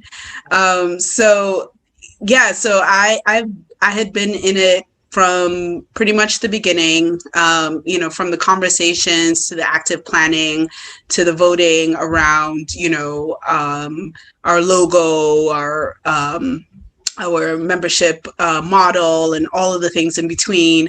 It's been probably at the same age as my son, which is 8 years. So I would say about 6 or 7 years we've been organizing, and just basically been able to create a career pretty much out of that organizing, getting connected to different resources, being in different rooms where different decisions were being made, helping to think through policy ideas, fundraising ideas, just really exposed me to the sort of greater need for food access initiatives within, Bed-Stuy, Central Brooklyn, and communities like ours.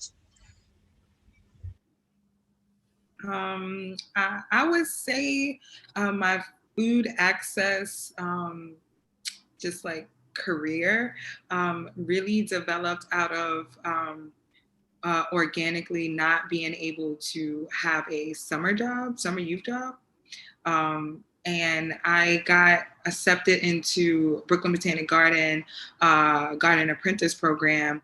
And I learned weirdly that our food comes from the ground. And I was so freaked out. I'm like, because I go to the big bodega all the time, and I'm like a younger generation when it comes to like the food world. So like a lot of my family members and friends, they've never shopped at a food co-op or know what a cooperative model is. So at Brooklyn Botanic Garden, they let us like grow some lettuce and carrots and beets and radishes. And it was like so much fun. And then a couple weeks later, we harvest and they had us wash them and cut them up. And we made dips and they were like, okay, we're going to eat. And I was like, no, we're not. Like this just came from the ground. And I think that moment really changed my whole life. Like realizing like, oh my God, like food comes from the ground, not stores. And I just like always wanted to like connect and build community on that conversation. I started, realizing that I want to be connected to the food work. And I started like organizing with Acorn at the time. And later on in life, I started AmeriCorps and learned about being a public ally and working in community and getting paid for it.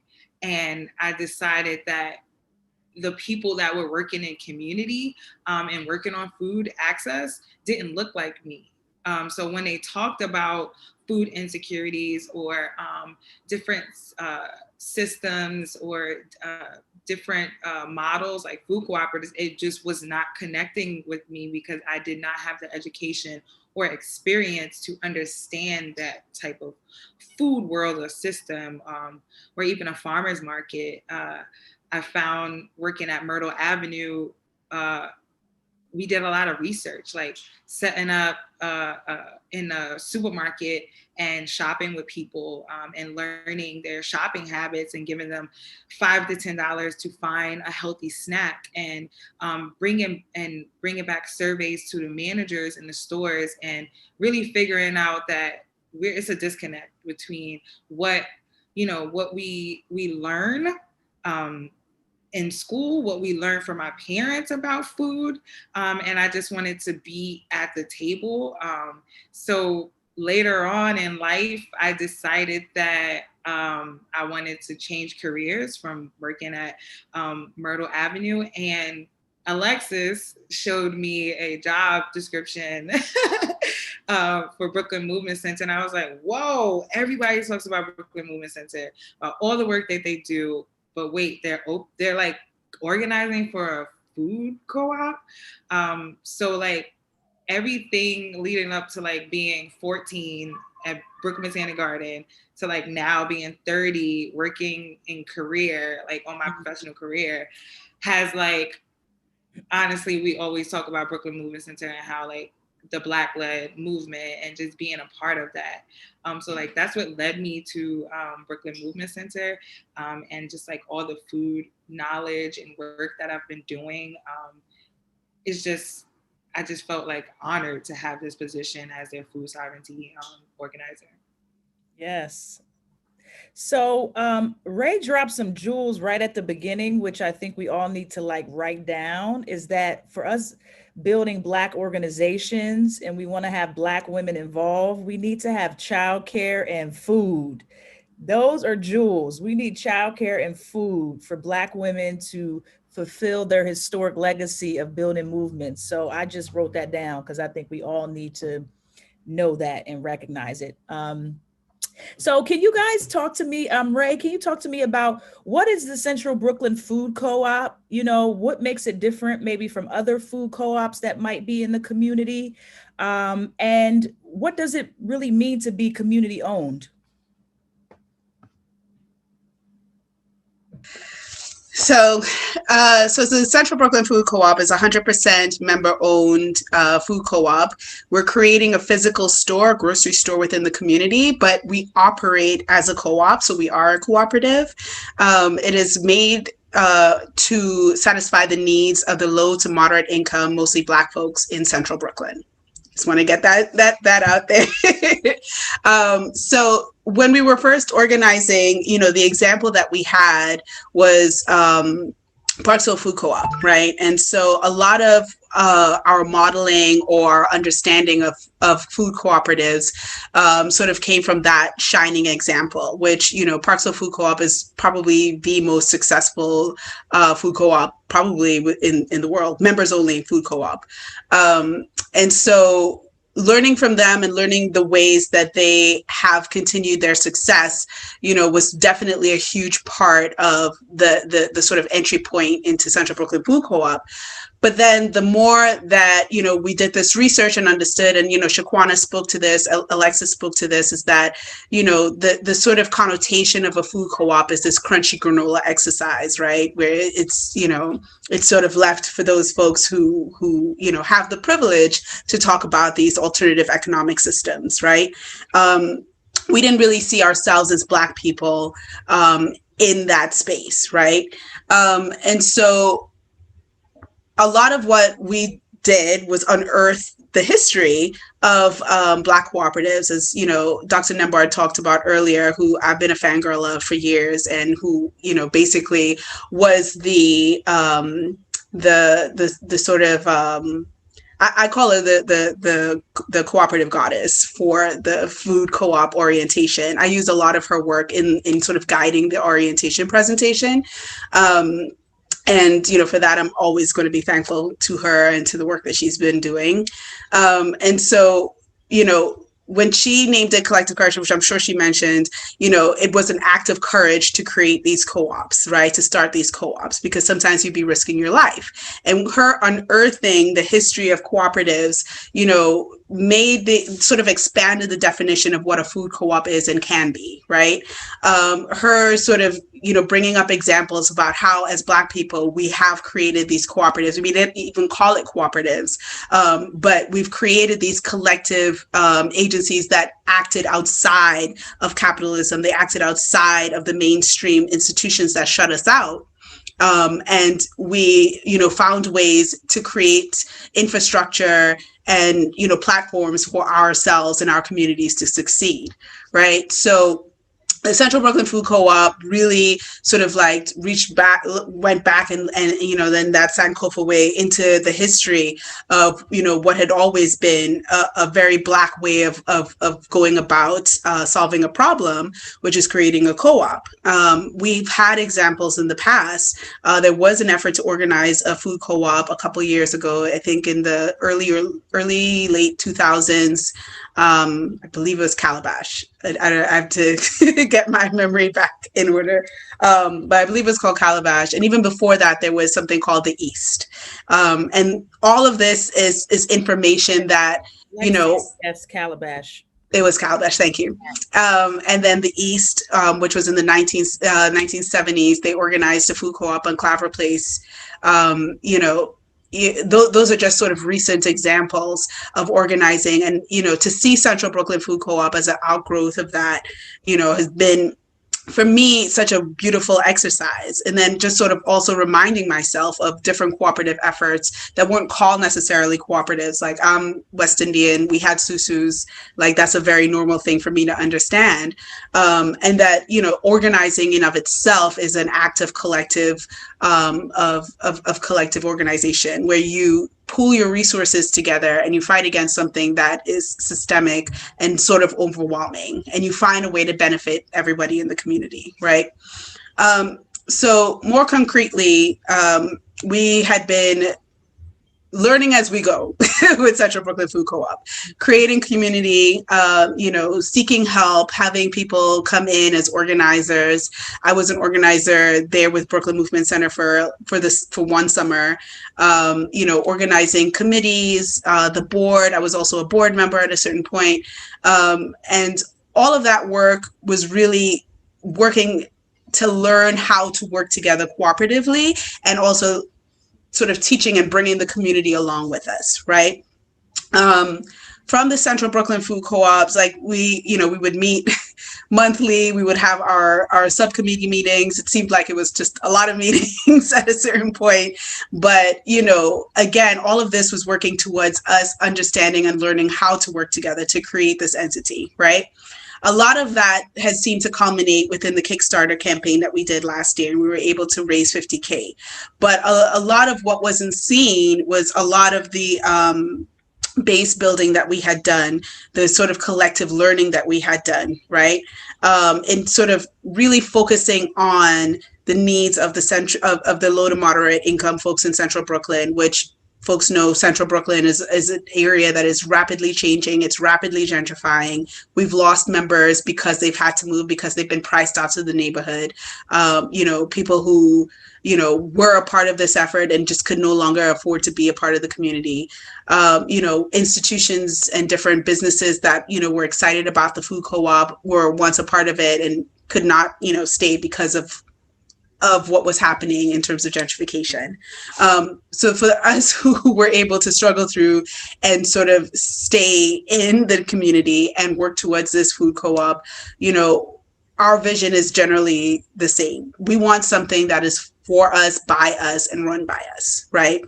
We want something that our children can see and build upon, and see, talk about access to good food and see it as something that's not, in a sphere of, non-Black folks, right? That it's something that we as that people that look like us can do, talk about, create, and consistently build on.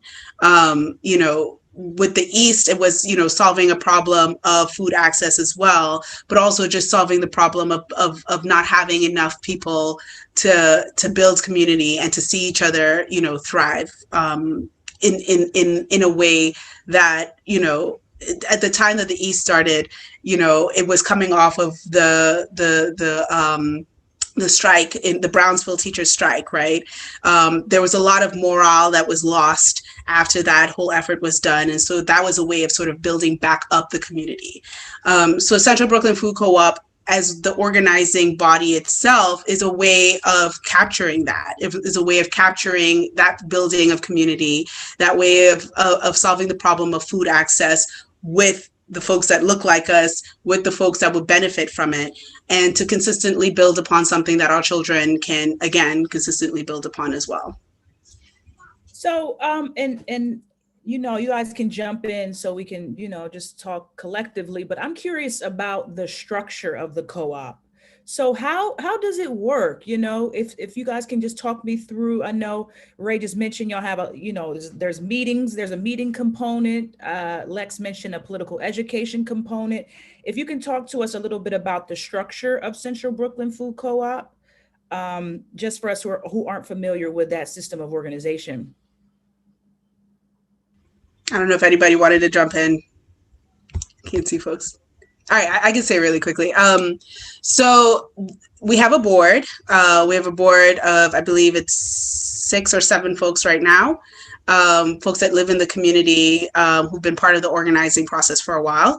We have committees. We have the Outreach and Membership Committee, Fundraising Committee, Business Strategy Committee.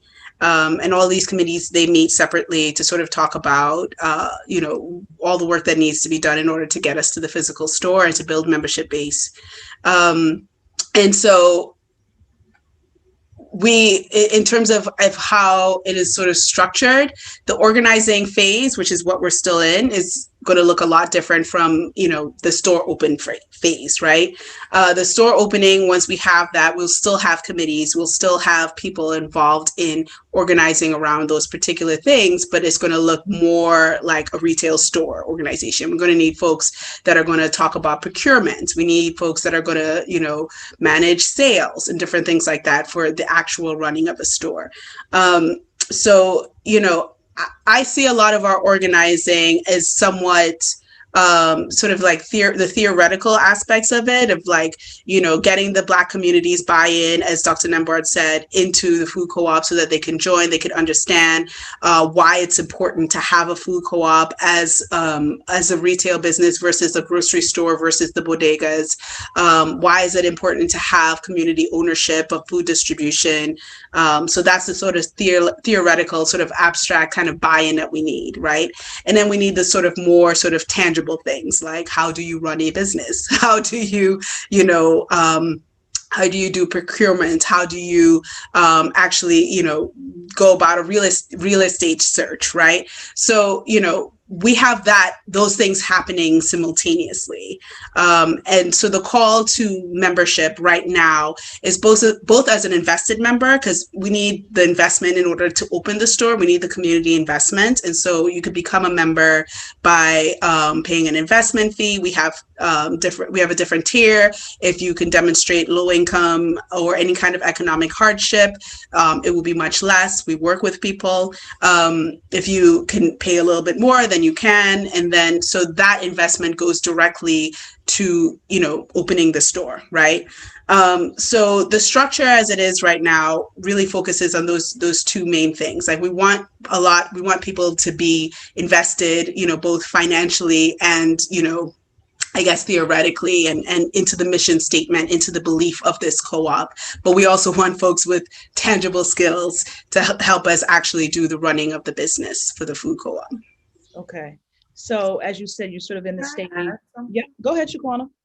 Also adding that like our structure is, I feel like if you don't know what a worker cooperative is or ever been into a food co-op, I think our structure is different because we are able to tap into our members. I'm not sure if Park Soap or other food co-ops do that, but we have like Lex and Ray who are able to amplify the work that we're doing, that are able to speak to the work, that are able to help in other ways.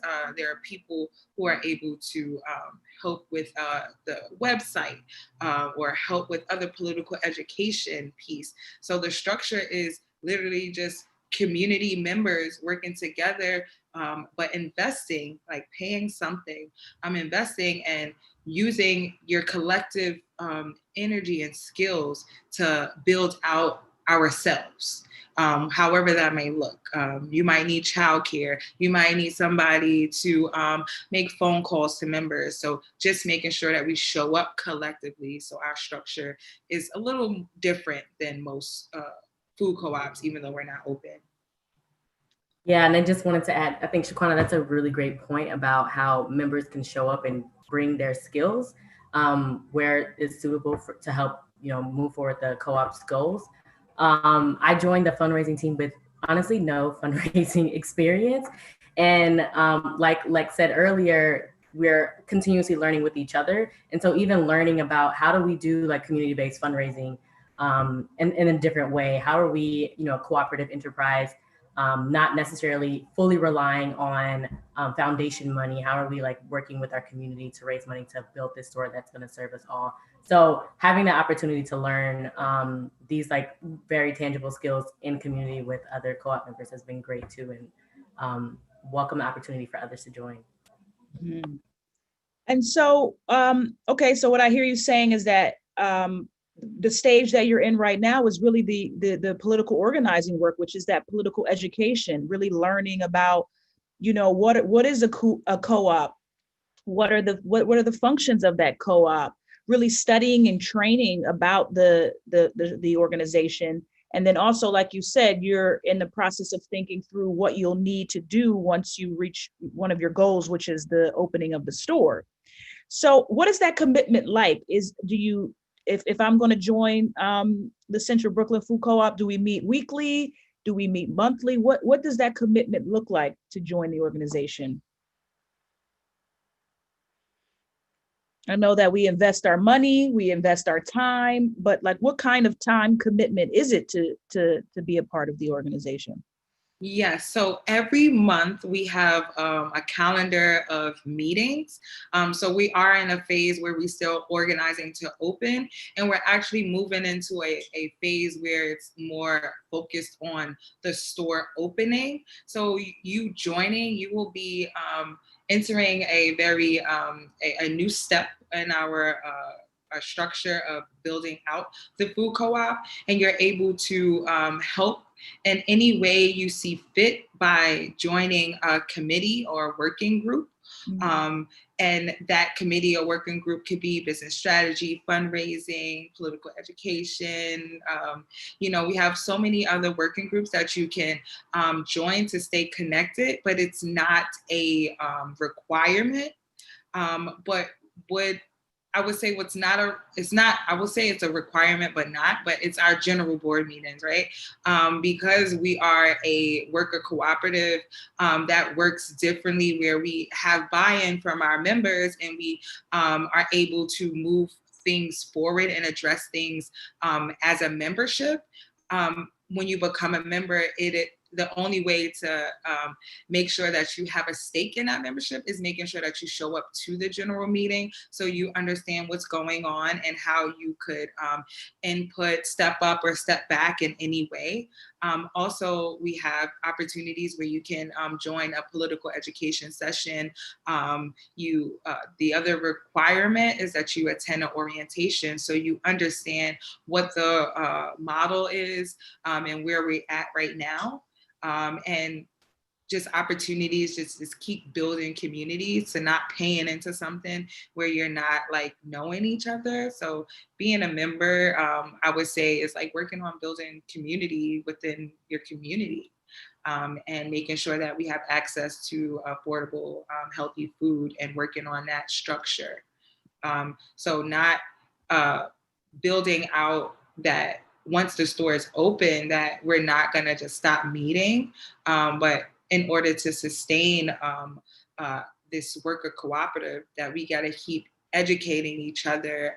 Like Alexis says, she's on fundraising, but she didn't know much. But like now I'm sure she could probably like give you a whole workshop about fundraising, right? Because we're able to tap into each other's skills and learn things, and just build each other up. And we're going to continue that when the store opens. We're not just going to be like, oh, no more organizing. I've also learned, I'm one of the organizers and members that have never shopped in a food co-op, right? So I've never shopped at Park Slope or Green Hill or any food co-op. So my expectation for, our worker cooperative is the community that we've been building over Zoom, in person, is just a store that's gonna feel like, oh, I know that person. Or if I don't know that person, it feels like I can go up to that person and say, hey, what vegetable is that? So just, we're gonna continue to build on that community. That's the structure of membership. So what I love about this program is that it really is about me learning. And a lot of what I do as a programmer is to do research on things I don't know about and create programming to really learn. So I'm going to sound ignorant because I am ignorant. And I think we all should like embrace sounding ignorant, because that's the only way we learn. And I always tell people that when they come to Weeksville, they're like, I don't want to sound ignorant, but no, it's fine. We don't know everything and we can't. And I think the way we resolve ignorance is through knowledge. So I want to know, where does the food come from? Where do we get the food for the food co-op? Are we working with local farmers? Are we growing it ourselves? Like, how do we get the food that we'll be able to nourish ourselves with once the store opens? Yeah, I'll just say really quickly, because I love talking about where food comes from. So that remains to be seen. A lot of that's sort of like the main thing, but part of our core values is to purchase from Black and farmers of color, to prioritize that. And I think in a lot of ways, the sort of simultaneous exercise that is happening with the sort of retail aspect of food access is working on the procurement access, right? Where are the Black farmers? How do we sort of connect with them? And how do we create a situation that is both financially beneficial? Like, my dream is to see Black farmers feed Black communities, right? And as simple as that sounds, it's quite complex. Alexis and I are working together with a group of other folks to start Central Brooklyn Food Hub. And what a food hub does is prioritize a food distribution system based on values for the community, right? Food hubs exist everywhere. There are food hubs, consistent food hubs everywhere. That's how supermarkets get food, pantries get food, hotels get food, right? There's a system that connects all of these different access points for food, right? But a lot of those systems are based on profit, right? They're based on what makes more sense to do because it's more profitable to do it. And for the most part, a lot of our food distribution, because it's based on profit, leaves behind our community. If it's not profitable to come into Bed-Stuy or Canarsie or different, sort of harder to reach areas in Brooklyn, then a lot of places won't go and stop off of there, right? So, part of the question of like, where does the food come from is really working on an intentionally created food distribution system so that we are prioritized in getting the best food that we want, that we need in our communities. So, we do prioritize local farms. We do prioritize Black farmers and people of color. Those are our value systems. And we have very real economic reasons why we want to support these folks, and very real nutritional based reasons as well. The highest nutritional content comes from local food, right? Food that does not come from, farms in California or Mexico, where the bulk of our food comes from, right? Food that spent less time on trucks and, has a shorter time in coming from the ground and reaching to our plates, right? They have a high nutritional content. We do want to support community gardens as well. Alexis and I have we worked on a bike ride together for community gardens. We want to really strengthen the connection between folks that are growing food in our local communities and this retail space with the food co-op. So, you know, where does the food come from? It comes from all of these places based on our values, right? Our values to prioritize local farming, local food economies, right? Our values to prioritize Black and farmers of color, right? All of those things. Once we sort of set that framework on where the food comes from, then we could definitely say, this is exactly where the food comes from.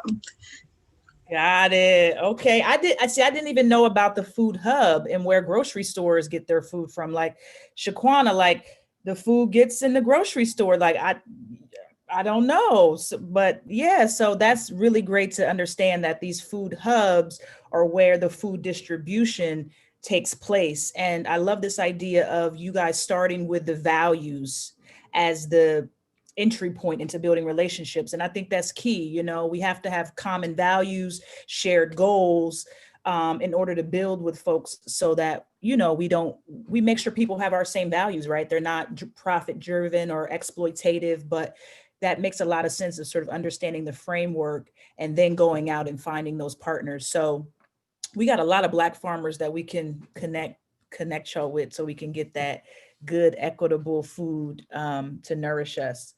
So I want to also— not only Black farmers, it's going to be a grocery store. So, you know, soliciting a list of Black business owners, you know, we're going to need soap and, you know, all types of things that we're going to need. And we want to make sure that it's within our values and we're collecting and we're connecting to our, you know, Black owners and business.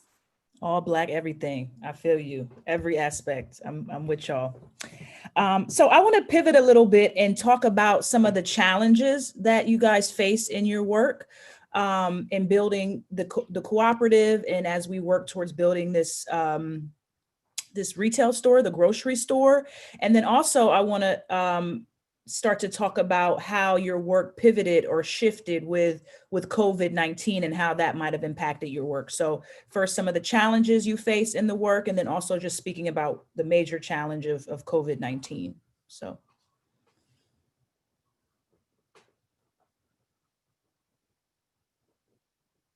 Shaquana, go. So I would say the challenges is, I think it's if you organize in Brooklyn, the challenge is kind of making sure that people understand what you're organizing about, right? So I think the challenge is connecting to long-term residents of Brooklyn who never heard of a co-op or knows what a worker cooperative is. You know, that challenge like I had, like, okay, our food comes from the bodega, and then realizing like it's in the bodega, but it doesn't come from the bodega, right? So just trying to connect people to the worker cooperative model, and not in a way where you're like a salesperson, but in a way of working with people where they at. Where do you shop, right? Are you okay with the food that you get in the store? Are you okay with the prices? Do you know where that food comes from?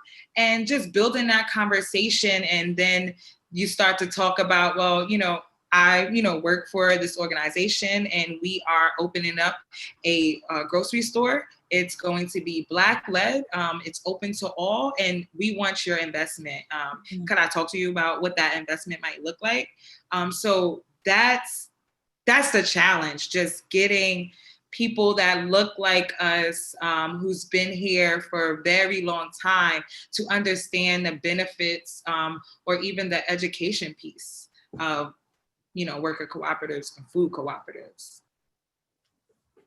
Yeah, I would say just from the fundraising standpoint, a challenge has been, we are so lucky to have BMC as like our fiscal sponsor and able to apply to like foundation and get foundation money.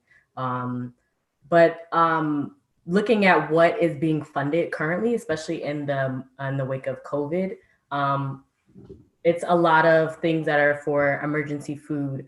So, you know, more quick fixes to somebody's problem today, and not necessarily a lot of opportunity to look or fund something that's a systemic approach. So we have been turned away more recently from some grants that have been looking for COVID responses and said that, this co-op is not a COVID response, but we know that it is. We know that it's, working to fix a systemic issue in the specific neighborhood, but funders aren't necessarily seeing that. I won't say all, and we have been lucky to get funded for our co-op work specifically, but that's been a challenge. And trying to get like the big dollars that a lot of foundations are giving out to. Yeah, I'll stop there. So what was some of your, I know y'all not going to turn away COVID money that comes. So how did you guys have a COVID response? Did you shift your work specifically to meet the challenges of COVID? Like you're saying, even though, this COVID dollars are like really reactionary, right? And what we're seeking to do, or what you're seeking to do, is do something that's long range, really talking about the systemic issues, right? And not just reacting. But did you do any COVID response? Did you have a COVID response with Central Brooklyn?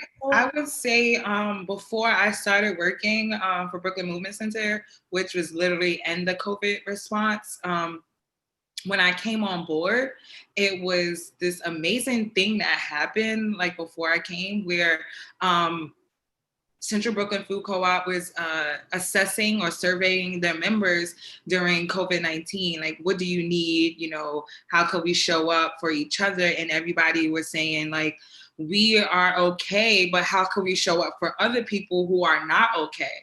Mm-hmm. And then like the team built out like this fundraiser that, we were able to secure over $100,000 and build out a COVID response. We call it Hold Down BK.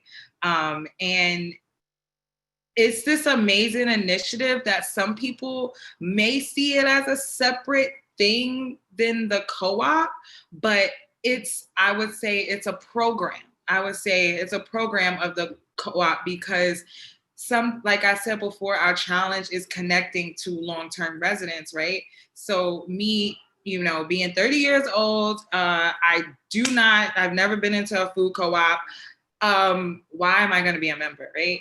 So that's not my world, right? So if you are able to come into the community, build that base, show up during this time, we're able to take those funds and work with another co-op called Brooklyn Packers, who are able to source the food and keep us under our values, keep us true to our values, right?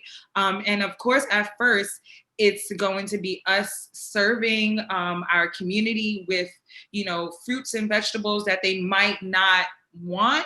But once you build that relationship during this program, Hold Down BK, we're able to build that. Like when people come and pick up their groceries, or when we deliver their groceries to their door, they're like, Shaquana, or they'll tell Kelsey or Alexis or any of the members that's helping, like, can you just give us some more collard greens, or can we get some tuna fish next week? So just building that up, and then we start having organic conversations like, yeah. And they're like, wait, what is this card that you keep putting in? Like, what is Central Brooklyn Food Co-op? What is a food co-op? What is that? And like, you just start building this conversation. So even though we are responding to, COVID-19 and the needs, we're able to build community. And we didn't just we did show up in people's steps with food, but to be totally transparent, we are able to tap into other mutual aids, tap into organizations like Best Side Restoration, or other groups that have been addressing our communities with food and want to make sure that they only have a limited capacity, but maybe we can fulfill that capacity. So we're able to serve over 250 people at a week. At times we do have to pause, but it's not even at one spot. Like we serve like 130 people at Weeksville and Crown Heights. And that's just at the spot. There's some people who come from Albany and Kingsborough who come to pick up. And then we serve 305 Decatur. And it's just, and we do deliveries. Like we have volunteers, like members. Our volunteers are our members. You know, this is what makes a worker cooperative, being able to show up, because that was the response. Everybody was like, we're okay. Let's show up for the rest of Brooklyn, right? So being able to, people use their cars, they bring the shopping carts, they bring their children, they bring their nieces and nephew. We have, you know, they help Brooklyn packers. They go to the warehouse and pack the groceries. So this response, even though it's a challenge, to make sure that we're just not, you know, giving people food that they don't want, I would say it's a good challenge, because we're able to show up and learn from the community, learn from everybody, and know, okay, we should be telling Brooklyn packers that these are the types of fruits and vegetables that they really like and enjoy, and we can put that in our bags and just show up and be for real, and be flexible, and be okay with learning from others. So that's the challenge, but I think it's a good challenge. Yeah, and I would just say that what I guess Hold Down BK has given us as the co-op is tighter relationships with some of the community that we may not have been connecting with before. So one of my favorite moments, and when I was able to help out, was Shaquana was, you know, always out front of the certain unit, and two women specifically will always come out, share their stories, talk about how they grew up, who they knew in the building, whose daughter is married to whose son, and, you know, who these kids belong to, all of that. And when we found out it was a birthday, Shaquana bought a cake and we sang happy birthday to one of the elders there. And it was a really beautiful moment. And I feel like that's something that we didn't think that we would be able to do during a pandemic where we're, you know, mostly staying at home, but having this opportunity to deepen the connection with community in that way, I think is, it means so much. And I think I'm glad that we were able to, and are able to be able to. And also, Alexis, remember that one time, like we have members who call, you know, Hold Down BK and just, you know, remind them like, we're going to have your groceries on Fridays. And like a member, like they talk to us and they're like, you know, my water is going to be off. And, you know, I want these groceries, but we don't even have like water to clean them, to wash, to drink. And I'm like, Alexis like telling me, and I'm like, oh, we can handle that. And I'm like calling Mark and texting Mark, like, can we show up for this resident? Can we buy a whole bunch of water and juice and milk so we can make sure that they can enjoy our groceries and have water for the weekend while, you know, they're working on their water? And he's like, duh, yeah. So just like it's just this other part of community building, and organically now people are starting to want to be a part of the co-op, want to be a member. Yesterday, Friday, I was like running around with all of these applications to be a member, because everyone's like, can you just give me a form? Like, I don't want to deal with that website thing. I want to be a member. Just show me how to do it now, Shaquana. And it's just like, it's just amazing. Yes, so this is so exciting. I want to be a member. This is very exciting. After talking with y'all the first time, I was like, yes, I need to be a part of this organization. You guys are really great representatives of the organization and the work you're doing, and folks in our community. I want to I know we're running up on time, but I want to jump back a little bit in thinking about other folks who might want to build worker cooperatives. And Alexis, you mentioned that Brooklyn Movement Center is your fiscal sponsor. So I did have a question sort of about what's the relationship between Brooklyn Movement Center and Central Brooklyn Food Co-op, and if it can give us any direction in building our own co-ops, like maybe how your partnership has worked, or just in thinking about how we might replicate this in other communities. What does that mean, fiscal sponsor? Yeah, so Brooklyn Movement Center is a nonprofit. The Central Brooklyn Food Co-op is not a nonprofit. So I guess in name of being a 501c3, the Brooklyn Movement Center is able to apply for grants and funnel the money into the co-op. So they're like our parents.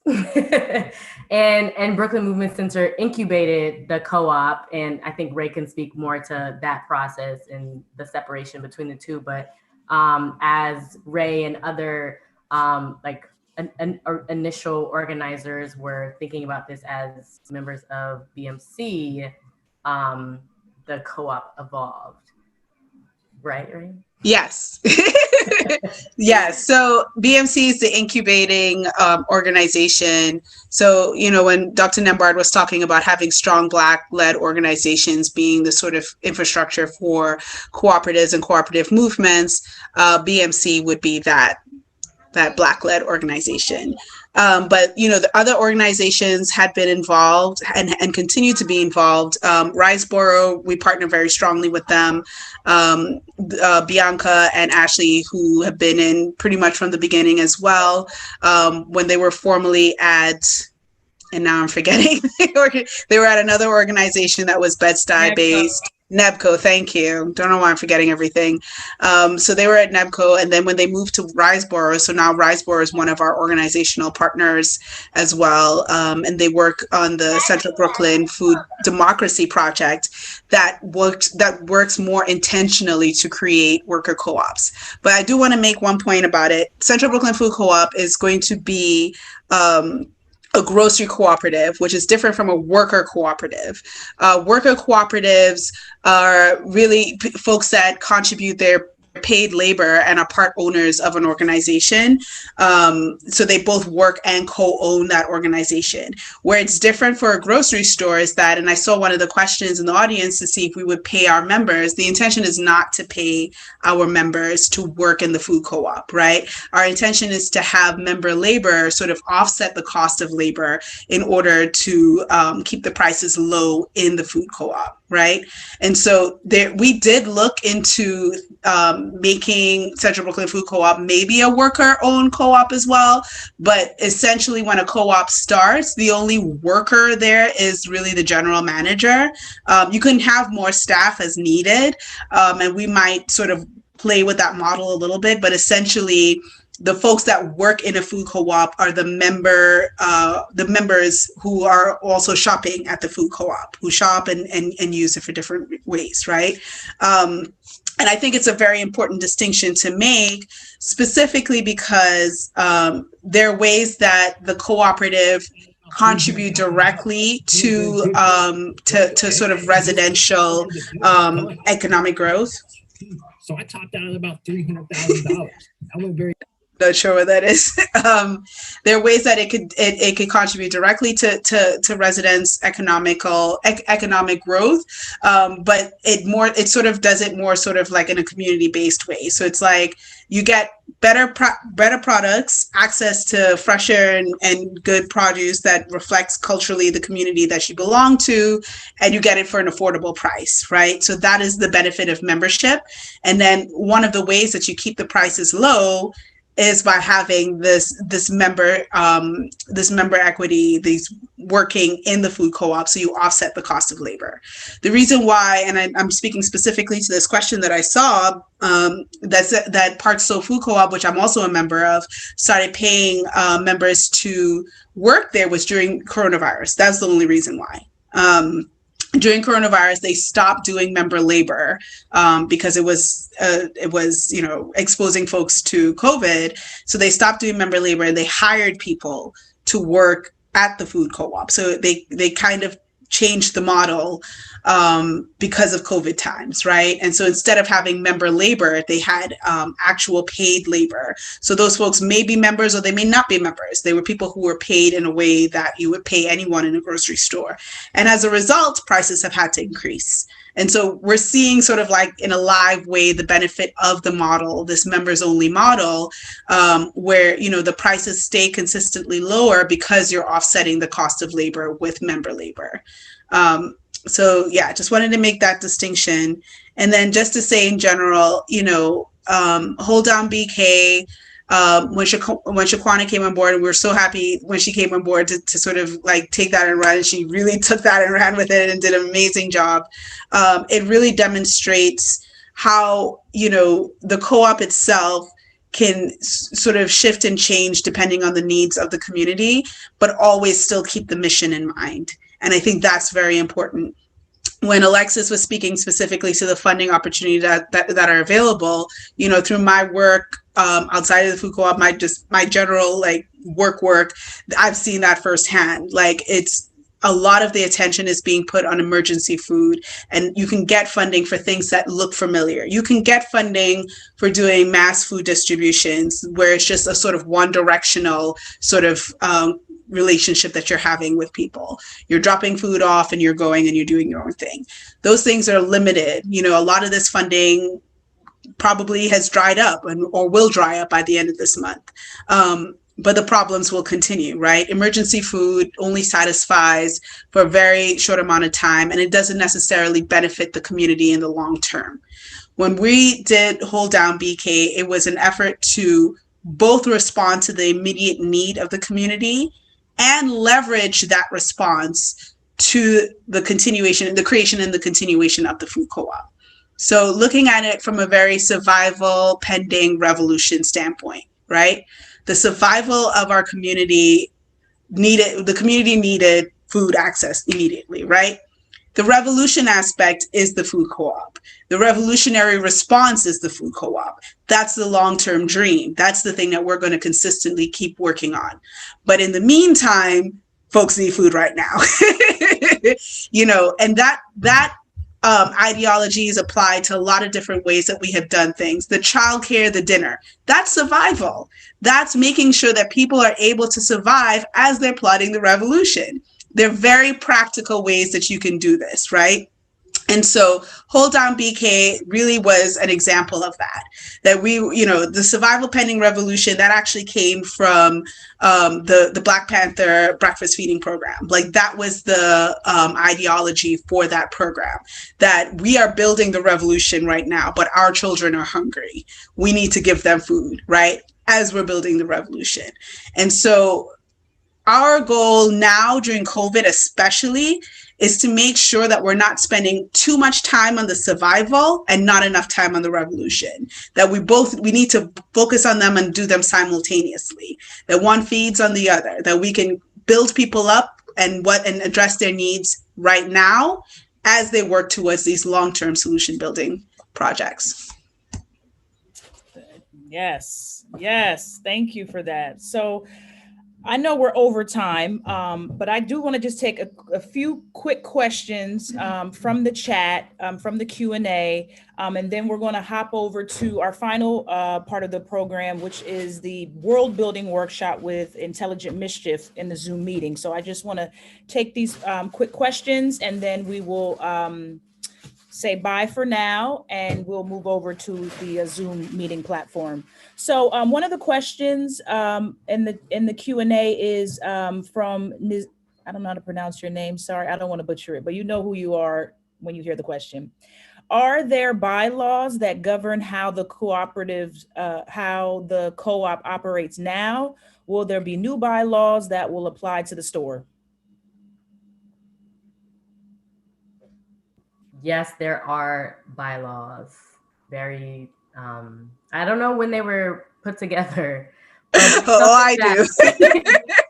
But maybe I think pre-pandemic, it was also something that we were reviewing. So even before the store's opening, we're constantly reviewing to see if that sits right with where we're at right now, as we're growing membership, as we are, deciding on answering these questions on how we want to open the store and what are the mechanisms. So yes, bylaws, and I'm sure they will continue to evolve over time. Okay. There's another question here from Rebecca. How can dietitians play a role in the movement? So I think I come up against this as someone who's in the food justice space, where a lot of people come to food justice or food access through a sort of nutrition and diet lens. I tend to resist that approach because I feel like most people generally know that they need to eat well, they need to eat healthy, and the problem is really access. And a lot of these that approach sort of loses the fact that a lot of people don't have access to affordable food. And so sort of coming on a platform and telling people you need to eat well, you need to eat vegetables and fruit without actually working on the reasons why folks don't have that access, it just reads very sort of tone deaf to me. So I'd say as a dietitian, if there's a way that you can sort of complicate that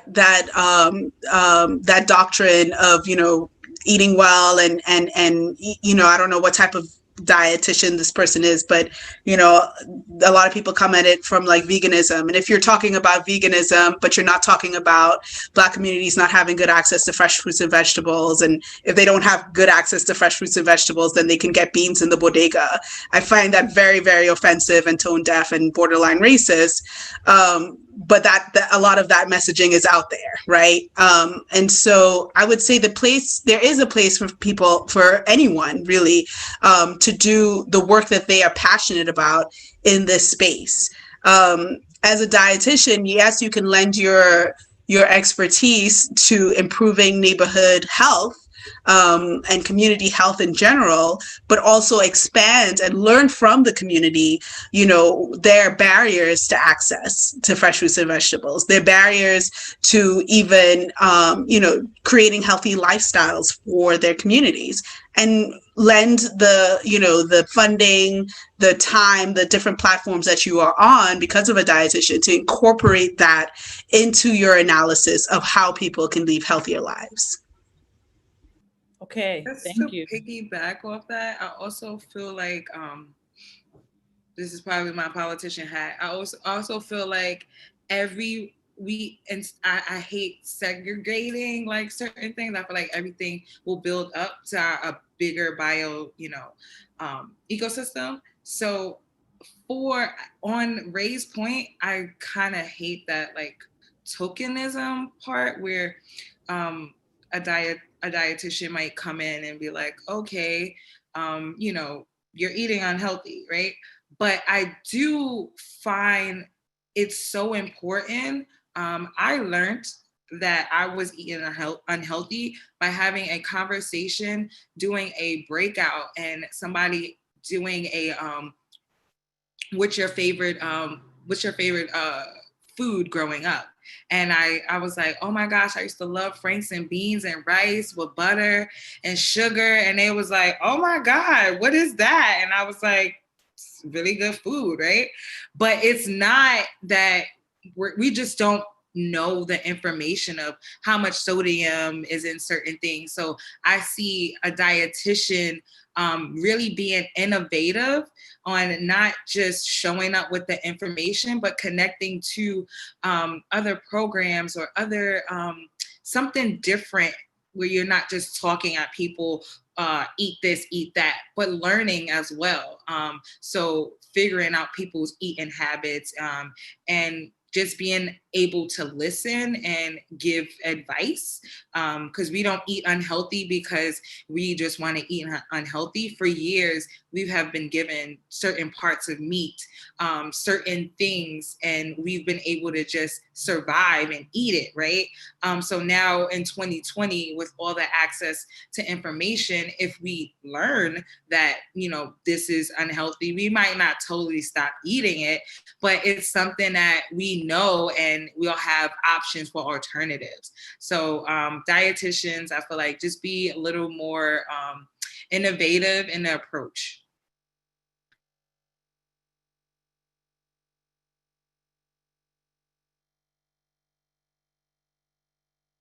You're on mute. You're on mute. Thanks. Can you join the cooperative if you don't live in Brooklyn? If yes, how many members are outside of your community? That'll be our last question. You can always donate. You can join. I mean, yes. Huh? I say you can donate. You can be a donating member. I mean, you can donate, but the real meat of it is to make sure that we are organizing people who live in Brooklyn. Yeah, we do want to organize, but yes, I mean, you can join. Anyone can join. Anyone can be a member. And then, you know, once the physical store opens, you know, what membership would look like would probably shift a little bit. Okay. Thank you guys so much. We literally could have had a program for each of these segments.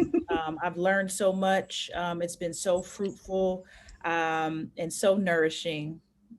I thank you guys so much. I want to thank our guests and panelists, members of the Central Brooklyn Food Co-op, our sisters, Ray Gomes, Alexis Harrison, Shaquana Boykin.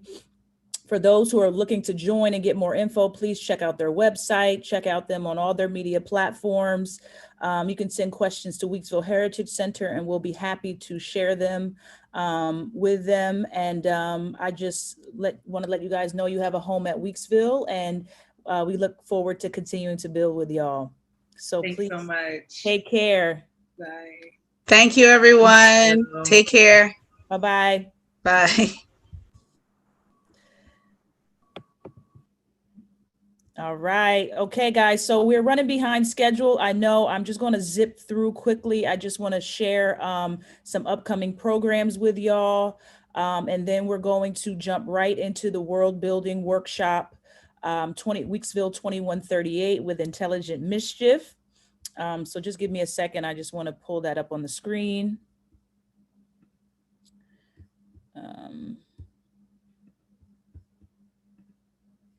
Thank you, guys. I'm the tech person and the on-camera person today. If you haven't noticed, I've been like in and out.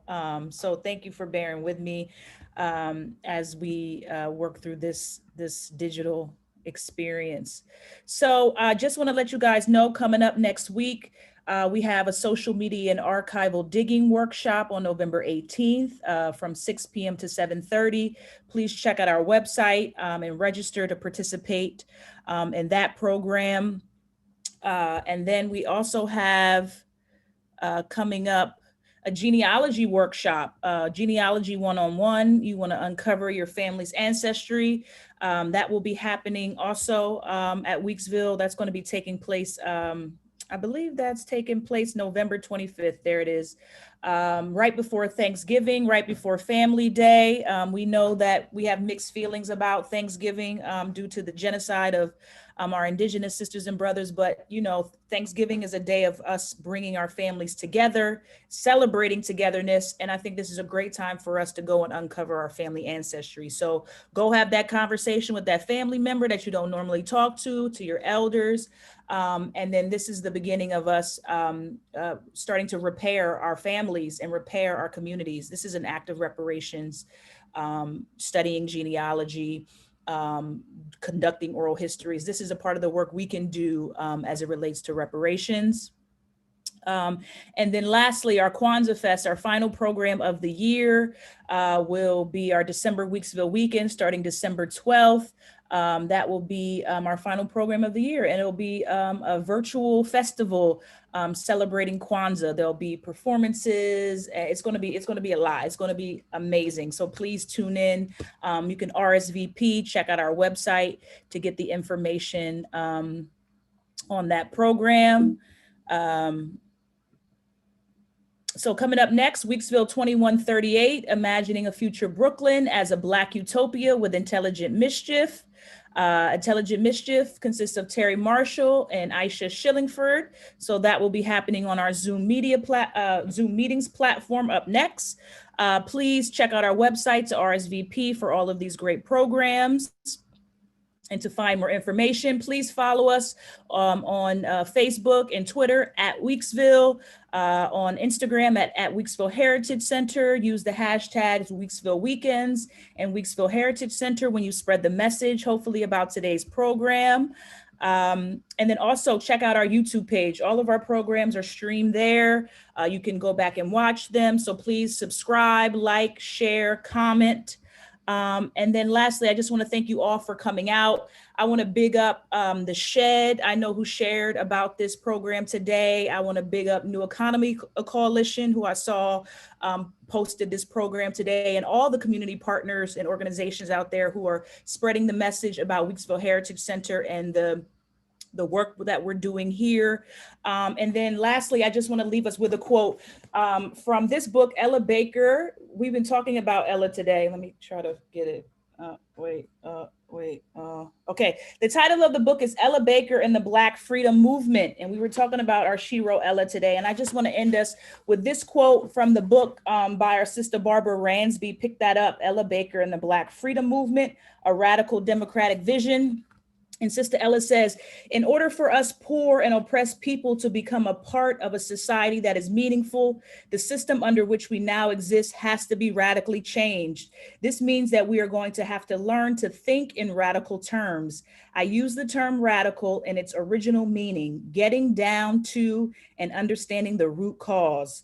It means facing a system that does not lend itself to your needs and devising means by which you can change that system. And so I hope today we've helped to provide you with the vision of thinking of ways that we can radically change the system that we live in today.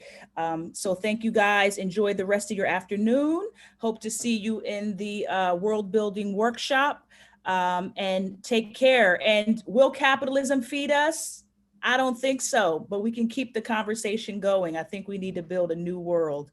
And so I thank you all. All right, bye, take care.